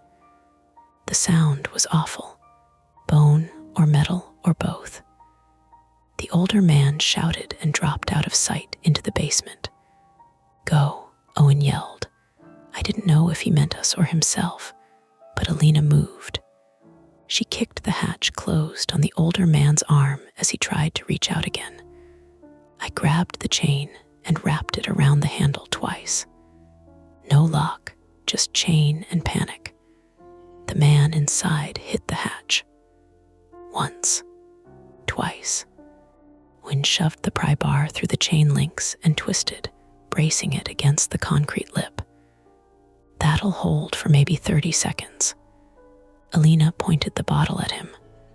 "Why help now?" Owen coughed. Smoke had reached the side yard, thick and bitter. Because he wasn't supposed to be home. "What?" Owen looked at me. "You weren't supposed to be home. He said the system would confirm when you left. He said we were retrieving equipment, that's it." "Equipment," I said. "The fobs, the bridge, anything with logs." "Took photos of me asleep." Owen's face twitched. "I didn't know that." The hatch bucked under the pry bar. The older man inside kicked or shouldered it hard enough to make the metal groan. Sirens finally screamed close. Red-blue light flickered on wet tree branches at the front of the house. Not sudden saviors, not inside yet, just presence, distance closing. The older man heard them too. From inside the basement, his voice rose, furious, and muffled. "Open it, Owen." Owen backed away from the hatch. "We need the logs." "What logs?" Alina said. "My phone," I said. It was still in my right hand, slick with mud and blood. Jonah's call had ended or dropped. The cracked screen showed emergency mode and a row of notifications. "The event logs." Owen shook his head. "Cloud logs can be erased if he's admin. Local base station keeps a cache." "My base station is in my living room." "The burning side." "No," Owen said. "The hub, white box, Ethernet cable." "The shelf," he nodded. Na stared at him like he had asked us to step into traffic. "Absolutely not. If it burns, he says it was a break-in. Maybe gas explosion, maybe electrical. You lose the proof he had access." "He had access," I said. "I saw him." "Can you prove it?" The question landed where all the old damage lived. "Can you prove it? Can you prove he monitored you? Can you prove the texts were threats and not jokes? Can you prove you were afraid before something actually happened?" The hatch slammed again. The pry bar slipped. The chain loosened. Alina grabbed my arm. "Mara, no." I looked at my unit. Smoke poured from the front windows now, but the fire itself seemed still mostly near the living room. The porch door was open. Rain blew in. The dead porch light hung above it, useless as ever. Police voices shouted from the street. "Portland police, come out where we can see you." Alina screamed back, "Side yard." "We're in the side yard." A beam of light swept the fence, then missed us. The older man inside the hatch hit it again. The chain snapped loose. He pushed the hatch open. Owen grabbed him. They collided in the mud. The older man came out with something in his hand, not a gun, not a knife. A black device, rectangular, with wires dangling from it. He swung it into Owen's face. Owen fell against the bins. The older man turned toward me. "Mara," he said, breathing hard. "You have no idea what you invited into your house." He said it like I had done this, like buying cameras had been consent. Then he reached for my phone. I stepped back and tripped over the fallen recycling bin. My injured foot folded under me. Pain burst up my leg. I hit the mud on my hip. He grabbed my wrist. Alina hit him from the side with the ceramic frog. The ceramic frog. She must have grabbed it from the kitchen when we fled, or from the mail pile before. I hadn't seen it in her hand until it connected with the side of his head with a heavy, ugly crack. Broke into green pieces. The man dropped to one knee. Alina stood over him, shaking, blood running down her hand. I liked that frog. He lunged upward. I kicked him. Not well, not elegantly. My bad foot screamed, but the heel caught his jaw. His teeth clicked shut. He fell sideways into the mud. Police lights flashed through the gate now. "Hands, show me your hands." Alina raised both of hers. "We're victims. 2 women, side yard." The older man began crawling toward the hatch, toward the basement, toward the fire and the evidence, and whatever exit he thought he still had. Owen, bleeding from his eyebrow, grabbed his ankle. The man kicked him in the face. Owen let go. Then I saw the black key fob. It had fallen from my torn sweater pocket. I must have grabbed it from Alina's bedroom door without remembering, some frantic instinct to keep the evidence close. It lay in the mud beside the older man's hand. He saw it too. He reached. I reached first. The fob had one button, worn nearly smooth. I pressed it. From inside my unit, through smoke and rain and the open front door, the security system came alive. Not the pleasant voice. The siren, full volume, every remaining speaker, every alarm. The indoor shriek blasted from my living room, Alina's speaker, the base station, maybe even the half-dead keypad near my basement door. The older man jerked back, hands flying to his ears. The sound disoriented everyone for a second, but it bought one thing: time. Owen rolled onto the man's legs. Alina kicked the pry bar away. I crawled backward, fob clutched in my bleeding palm. The gate at the front of the side yard splintered inward under a police boot or ram. 2 officers pushed through, flashlights high, shouting commands over the siren. Behind them, firefighters were already unspooling a hose toward my front porch. The older man tried to rise. An officer tackled him into the mud. Not clean, not heroic. A knee slid. Someone cursed. The man fought hard enough that it took both officers and Owen rolling away to get him face down, wrists behind him. I sat in the mud and watched his cheek press into the wet leaves. The siren kept screaming. My unit burned at the front, orange flickering now behind smoke-dark glass. A firefighter passed the porch and disappeared into my doorway with a hose. Another shouted about gas shutoff. Someone dragged Owen by the shoulders toward the fence. Alina sank beside me, still holding the broken handle of her ceramic frog like she did not know how to let go. The older man turned his head enough to look at me. One eye was open. Calm again, somehow. "You'll never get it all," he said. Then an officer pushed his face back into the mud and told him to stop talking. The conflict ended there in the most unsatisfying way possible. Not with answers, with zip ties, smoke, mud in my mouth, blood drying sticky between my fingers, my house open and burning, while strangers shouted through its rooms. I was alive. Alina was alive. The man who had sold me safety was face down in the side yard. And still, from somewhere inside the duplex, under the siren and the fire radios and the pounding rain, a damaged speaker crackled once in that cheerful female voice. "Welcome home." No name this time, just the words, like the house had learned to say them without him. They put me in the back of an ambulance, with a foil blanket over my shoulders and mud drying in the cracks of my hands. That is the part nobody tells you about surviving something. You do not feel cinematic afterward.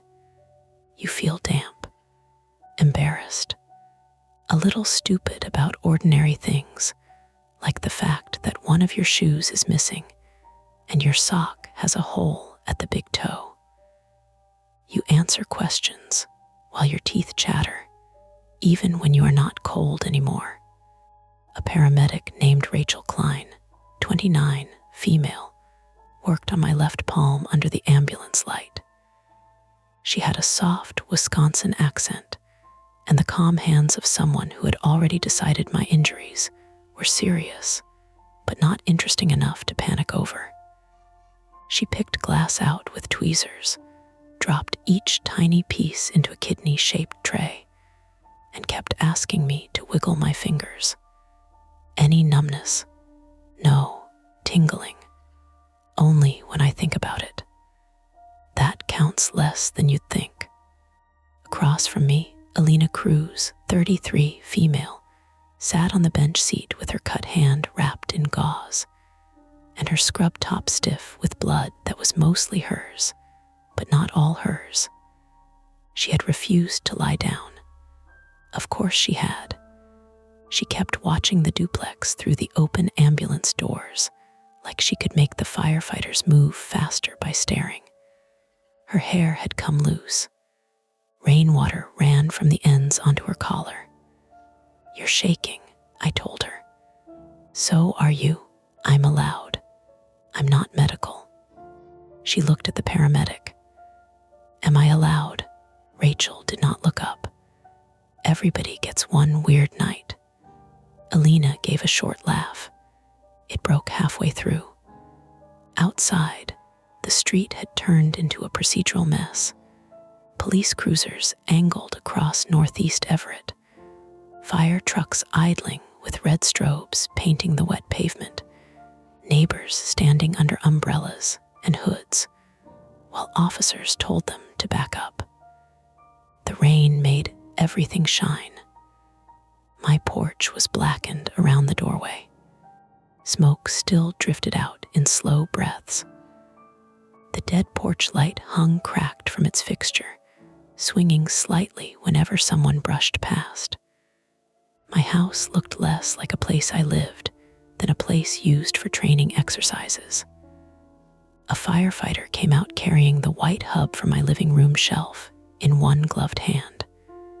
The plastic casing had melted on one side, warped into a slack grimace, but it was still recognizable. I leaned forward too fast. Rachel caught my wrist. "Nope, stay. That's mine." I figured. An officer took the hub from the firefighter and sealed it in a brown paper evidence bag. Not plastic, paper. I noticed that because my brain was grabbing any detail it could turn into usefulness. Evidence bag, chain of custody, burn pattern, possible accelerant, device cache. Words I understood better when they belonged to someone else's claim file. The older man was already gone by then, taken in a cruiser after the paramedics checked the cut on his head and the swelling at his jaw. He had given his name once, loud enough for me to hear from the mud before they loaded him. Grant Haverson, 42, male, former retail smart home specialist and independent installer, currently working under a subcontractor for home automation repairs. Grant, not Daniel. Name felt wrong for him because Daniel had already become the shape of the threat in my mind. Daniel was the voice in the house, the phone alert, the friendly lie at the door. Grant was just a man with wet hair, zip-tied wrists, and mud on one cheek. That made it worse. Owen Pike sat on the curb near a patrol car with his hands cuffed behind him, a strip of gauze taped over his eyebrow. He kept looking down at the pavement. He had asked twice if we were okay. Nobody answered him the second time. Alina watched him too. "You believe him?" she asked. "No." Then, after a few seconds, I said, "A little." "Yeah," she said. "That's the annoying part." A detective came over around midnight after Rachel bandaged my palm and told me I needed stitches, but could wait long enough to give a short statement if I stayed seated. His name was Detective Aaron Mills, 46, male, Portland Police Bureau, tired-eyed and careful with his notebook. He wore a rain jacket over a shirt and tie, and his shoes were already ruined with mud from our side yard. He introduced himself to both of us, then crouched slightly so he was not looming over the ambulance doors. "I know you've both been through a lot," he said. "People always say that when they are about to ask you to go through it again." He asked what happened from the first alert onward. I told him. Alina filled gaps. Jonah called my phone 14 times before I finally answered, and when I did, he was already somewhere south of Olympia, furious and relieved and talking too fast. Are you in an ambulance? Yes. Are you going to the hospital? Yes. Is Alina with you? Yes. Is he arrested? One of them, both, I think. You think? Jonah. He went quiet. Then he said, I'm still coming. I know. That was the first thing all night that felt simple. By 1:20 a.m., Alina and I were at Providence Portland Medical Center, which was grimly funny because she had been trying to get there for work. Instead, she arrived as a patient, wrapped in a hospital blanket over muddy scrubs, while one of her coworkers saw her and said, Cruz, in a tone that made Alina close her eyes like she wanted to resign from being perceived. They stitched her hand first. 5 stitches between thumb and index finger where the broken window glass had opened her up. I got 7 in my palm and adhesive strips along my ribs where the skin had scraped raw. No fractures in my foot, just a deep bruise and a sprain. My elbow was ugly but intact. The doctor said, You'll be sore tomorrow. He was wrong. I was sore before sunrise. Jonah arrived at 3:04 a.m. in a damp hoodie, face gray with lack of sleep. Jonah Reed, 34, male, my brother, history teacher and emergency contact, walked into the exam room and stopped dead when he saw me. His eyes went to the bandage on my hand, then my face, then Alina asleep in the chair beside the curtain with her wrapped hand tucked against her chest. He did not make a joke. That scared me more than the injuries. He crossed the room and hugged me carefully, like I was something returned from shipping with a label that said fragile contents shifted. I'm okay, I said into his hoodie. No, you're not. No, but I'm here. He nodded against my hair. That was enough. The next morning, the facts began arriving in pieces, never in the right order. Grant Haverson had worked at the store where I bought the security system.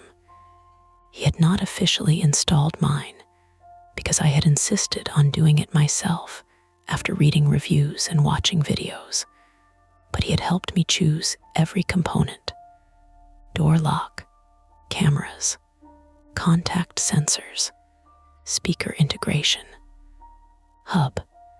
He had told me which models had the best app, which ones had easy transfer from older accounts, which ones allowed backup fobs. He had also handled returns and open box devices. Detective Mills told me this 2 days later in Alina's sister's kitchen, because none of us were allowed back into the duplex yet. Alina's sister, Marisol Vega, 36, female, a school counselor with a fierce neatness to her home and no patience for police vagueness, had taken us both in for the first 48 hours.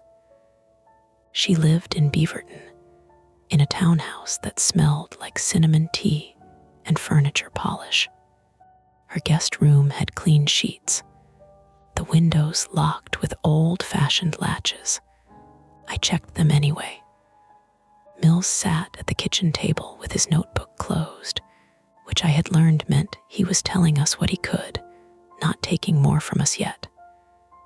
Haverson appears to have kept or duplicated setup credentials from customers, he said. Not all, specific ones. People living alone, mostly. Women, from what we can tell so far. Alina's jaw tightened. Marisol said, mostly. Mills looked at her. Investigation is active. Marisol did not blink. That's not an answer. No, he said. It is. Owen Pike had been a former subcontractor who helped Grant recover devices from houses after suspicious service failures. Owen claimed he thought they were removing unauthorized equipment Grant himself had placed to skim data from systems not stalking customers directly. That sounded thin to me. It sounded thin to Alina. It sounded thin to Detective Mills too, though he did not say so. But Owen had given them one useful thing: a storage unit in Gresham. Inside, police found routers, smart speakers, old hubs, backup fobs, notebooks, and drives. My name was in one of the notebooks beside my address, device model numbers, and a short note: anxious. Updates promptly. Lives alone. X already conditioned her to doubt monitoring claims. I read that sentence once in a scanned evidence summary, and then threw up in Marisol's downstairs bathroom. Alina sat on the floor outside the door until I came out. She did not say, "It's not your fault." People had said that already. They meant it. I knew they meant it. But the sentence landed strangely, because fault was not the same as shame, and shame was what had hooked into me. Alina just handed me a wet washcloth. Then she said, "For the record, I would also update promptly." I laughed so hard I cried, or the other way around. The fire did not destroy the whole duplex. That was the good news everyone offered, like a bowl with a crack in it. My living room was ruined. Smoke got into everything. The shelf where the speaker sat was burned down to charred brackets. The power strip had fused into a black lump. Behind it, firefighters found what was left of a USB bridge camera, smaller than a matchbox, stuck with adhesive to the underside of the shelf. It had been there long enough to gather dust around the edges. The camera had not looked like a camera. That was the thing that stayed with me. It looked like nothing. A little black square among cords and plugs, and the ordinary mess of modern convenience. It had recorded my couch, my front door, part of my kitchen, and the hallway leading to the bedroom. Not the bedroom itself. That became the mercy people pointed out.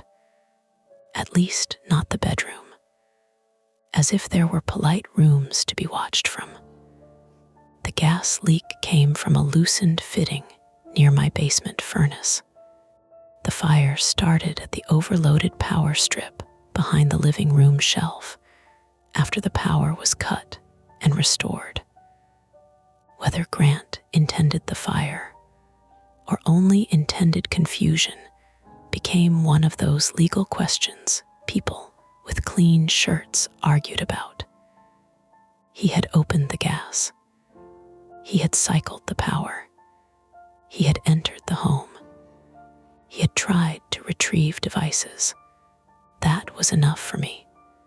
Alina's unit had smoke damage, a broken bathroom door, a ruined office window, and a permanent gouge in the kitchen floor where the barricade dragged. Her landlord tried to call it tenant-caused damage in an email with too many exclamation marks. Marisol wrote back for her. I never saw the whole message, but Alina said it began with absolutely not and got less friendly from there. By the end of the week, Jonah had rented me a storage unit I had not asked for and made a spreadsheet titled MARA Recovery. Do not argue version. It had tabs for insurance, police, medical, housing, device disposal, and passwords. I hated it for 12 minutes, then cried over it for 20. He also took every smart device I owned and put it in a cardboard box on Marisol's patio. Do you want to keep any? He asked. No, even the thermostat. I can turn a dial. You don't have a dial thermostat. I will become a person with a dial thermostat.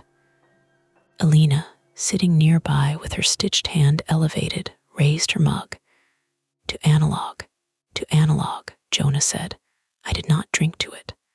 I was looking at the box. Phones, cameras, sensors, speaker. The warped hub in evidence was not there, but I could still picture it in the paper bag, melted and mute. The devices in the box were unplugged, dead, harmless. I still did not want to turn my back on them. The legal process moved slowly because legal processes do. Grant was charged with burglary, arson-related offenses, unlawful surveillance, computer crimes, and a stack of other things Detective Mills explained carefully while I watched his mouth move and absorbed only every third word. Owen faced charges too, though his attorney argued cooperation. There were other victims, at least 6 at first, then 11, then more pending warrants. I was asked to provide passwords, timelines, purchase receipts, screenshots. I did. I became very good at forwarding emails to detectives and victim services. I became very bad at sleeping. For 3 weeks, I woke at 9:42 every night. Not around then, exactly then. My body kept the timestamp better than the app ever had. I stayed with Jonah in Seattle for part of it. His apartment was too quiet, but in a different way. He put a wooden chair under the front doorknob the first night without saying anything. I saw it when I got up for water and stood there in the hallway, looking at that ridiculous old trick holding back the dark. The next morning I said, "You know that wouldn't really stop someone." He said, "No, but it tells the door whose side we're on." That was Jonah, practical and sentimental in ways that made you forgive both. Alina and I texted constantly. Not dramatic things. Grocery lists. Photos of weird bruises. Screenshots of landlord emails with rude commentary. She sent me a picture when her replacement ceramic frog arrived, slightly uglier than the old one, with a note. "This one looks like it has priors." I sent back, "Good. We need experience." The duplex was eventually declared repairable. I did not move back. That surprised some people. It did not surprise Alina. She moved out too, though she pretended it was because the commute from Marisol's place had shown her the value of covered parking. We both knew better. The last time I went inside my unit was with an evidence technician, an insurance adjuster from a different company, and Jonah. My job had put me on leave, then transferred my claim to another office for obvious reasons. Still, walking through with a stranger holding a clipboard felt like a punishment designed specifically for me. The house smelled like wet ash and cut drywall. My couch was gone. The living room wall had been opened to studs. The bookshelf was a black outline on the floor.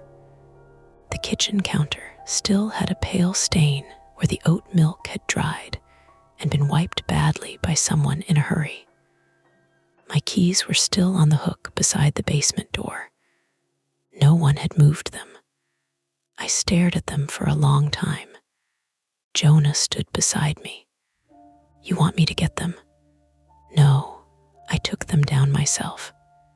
The basement door was sealed with a temporary hasp and a new padlock. The window sensor was gone. So was the window, replaced with plywood until the contractor could come. Everything looked smaller in daylight. Meaner too. On the floor near the baseboard, half hidden under dust, I saw something black. For 1 second, my pulse kicked so hard I thought I might faint. I crouched. Jonah said, "Mara." It was a piece of melted plastic. Nothing more, curved edge, maybe from the speaker, maybe from the power strip, maybe from the hidden camera casing. I almost picked it up, then didn't. Some evidence is only useful to fear. Months have passed now. I live in a second-floor apartment in a brick building near Laurelhurst Park. The front door has a deadbolt, a chain, and a peephole. No camera, no smart lock, no speaker. My thermostat is not exactly a dial, but it is dumb enough that Jonah approved. I keep a flashlight in every room. Alina says this is either preparedness or interior design by Raccoon. We get coffee on Sundays when her schedule allows. Sometimes we talk about it. Mostly we don't. She flexes her stitched hand when it rains. I still feel a dull pull in my palm when I grip anything too tightly. The scar runs along my lifeline, which Alina pointed out once, then immediately apologized because neither of us wanted poetry from the wound. Grant's case has not gone to trial yet. There will be hearings, motions, delays. I know enough now to expect the waiting. Detective Mills checks in when there is something concrete to say, which is not often. More women have come forward. That matters. It also hurts in a way I do not know where to put. I changed my phone number. I changed my email. I changed banks, passwords, routines, grocery stores for a while. Some of that was sensible. Some of it was bargaining. I know the difference on good days. On bad days, I still check. Last week, I came home from work after dark, carrying takeout soup in a paper bag that was starting to soften from steam. The hallway of my new building smelled like someone's laundry and fried onions from the first-floor unit. Ordinary smells, human smells. The old radiator pipes clicked in the wall. Rain tapped at the stairwell window. At my door, I paused with my key halfway into the lock.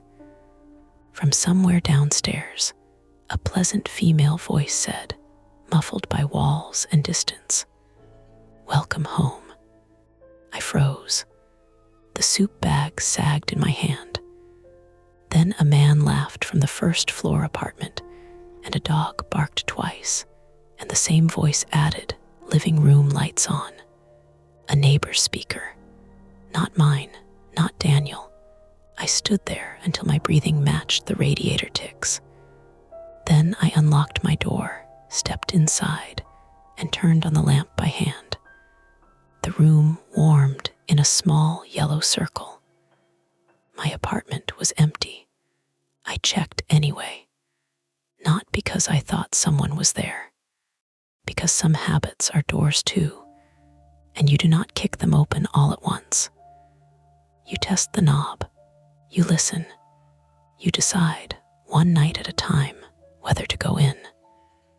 That's it for this nightmare.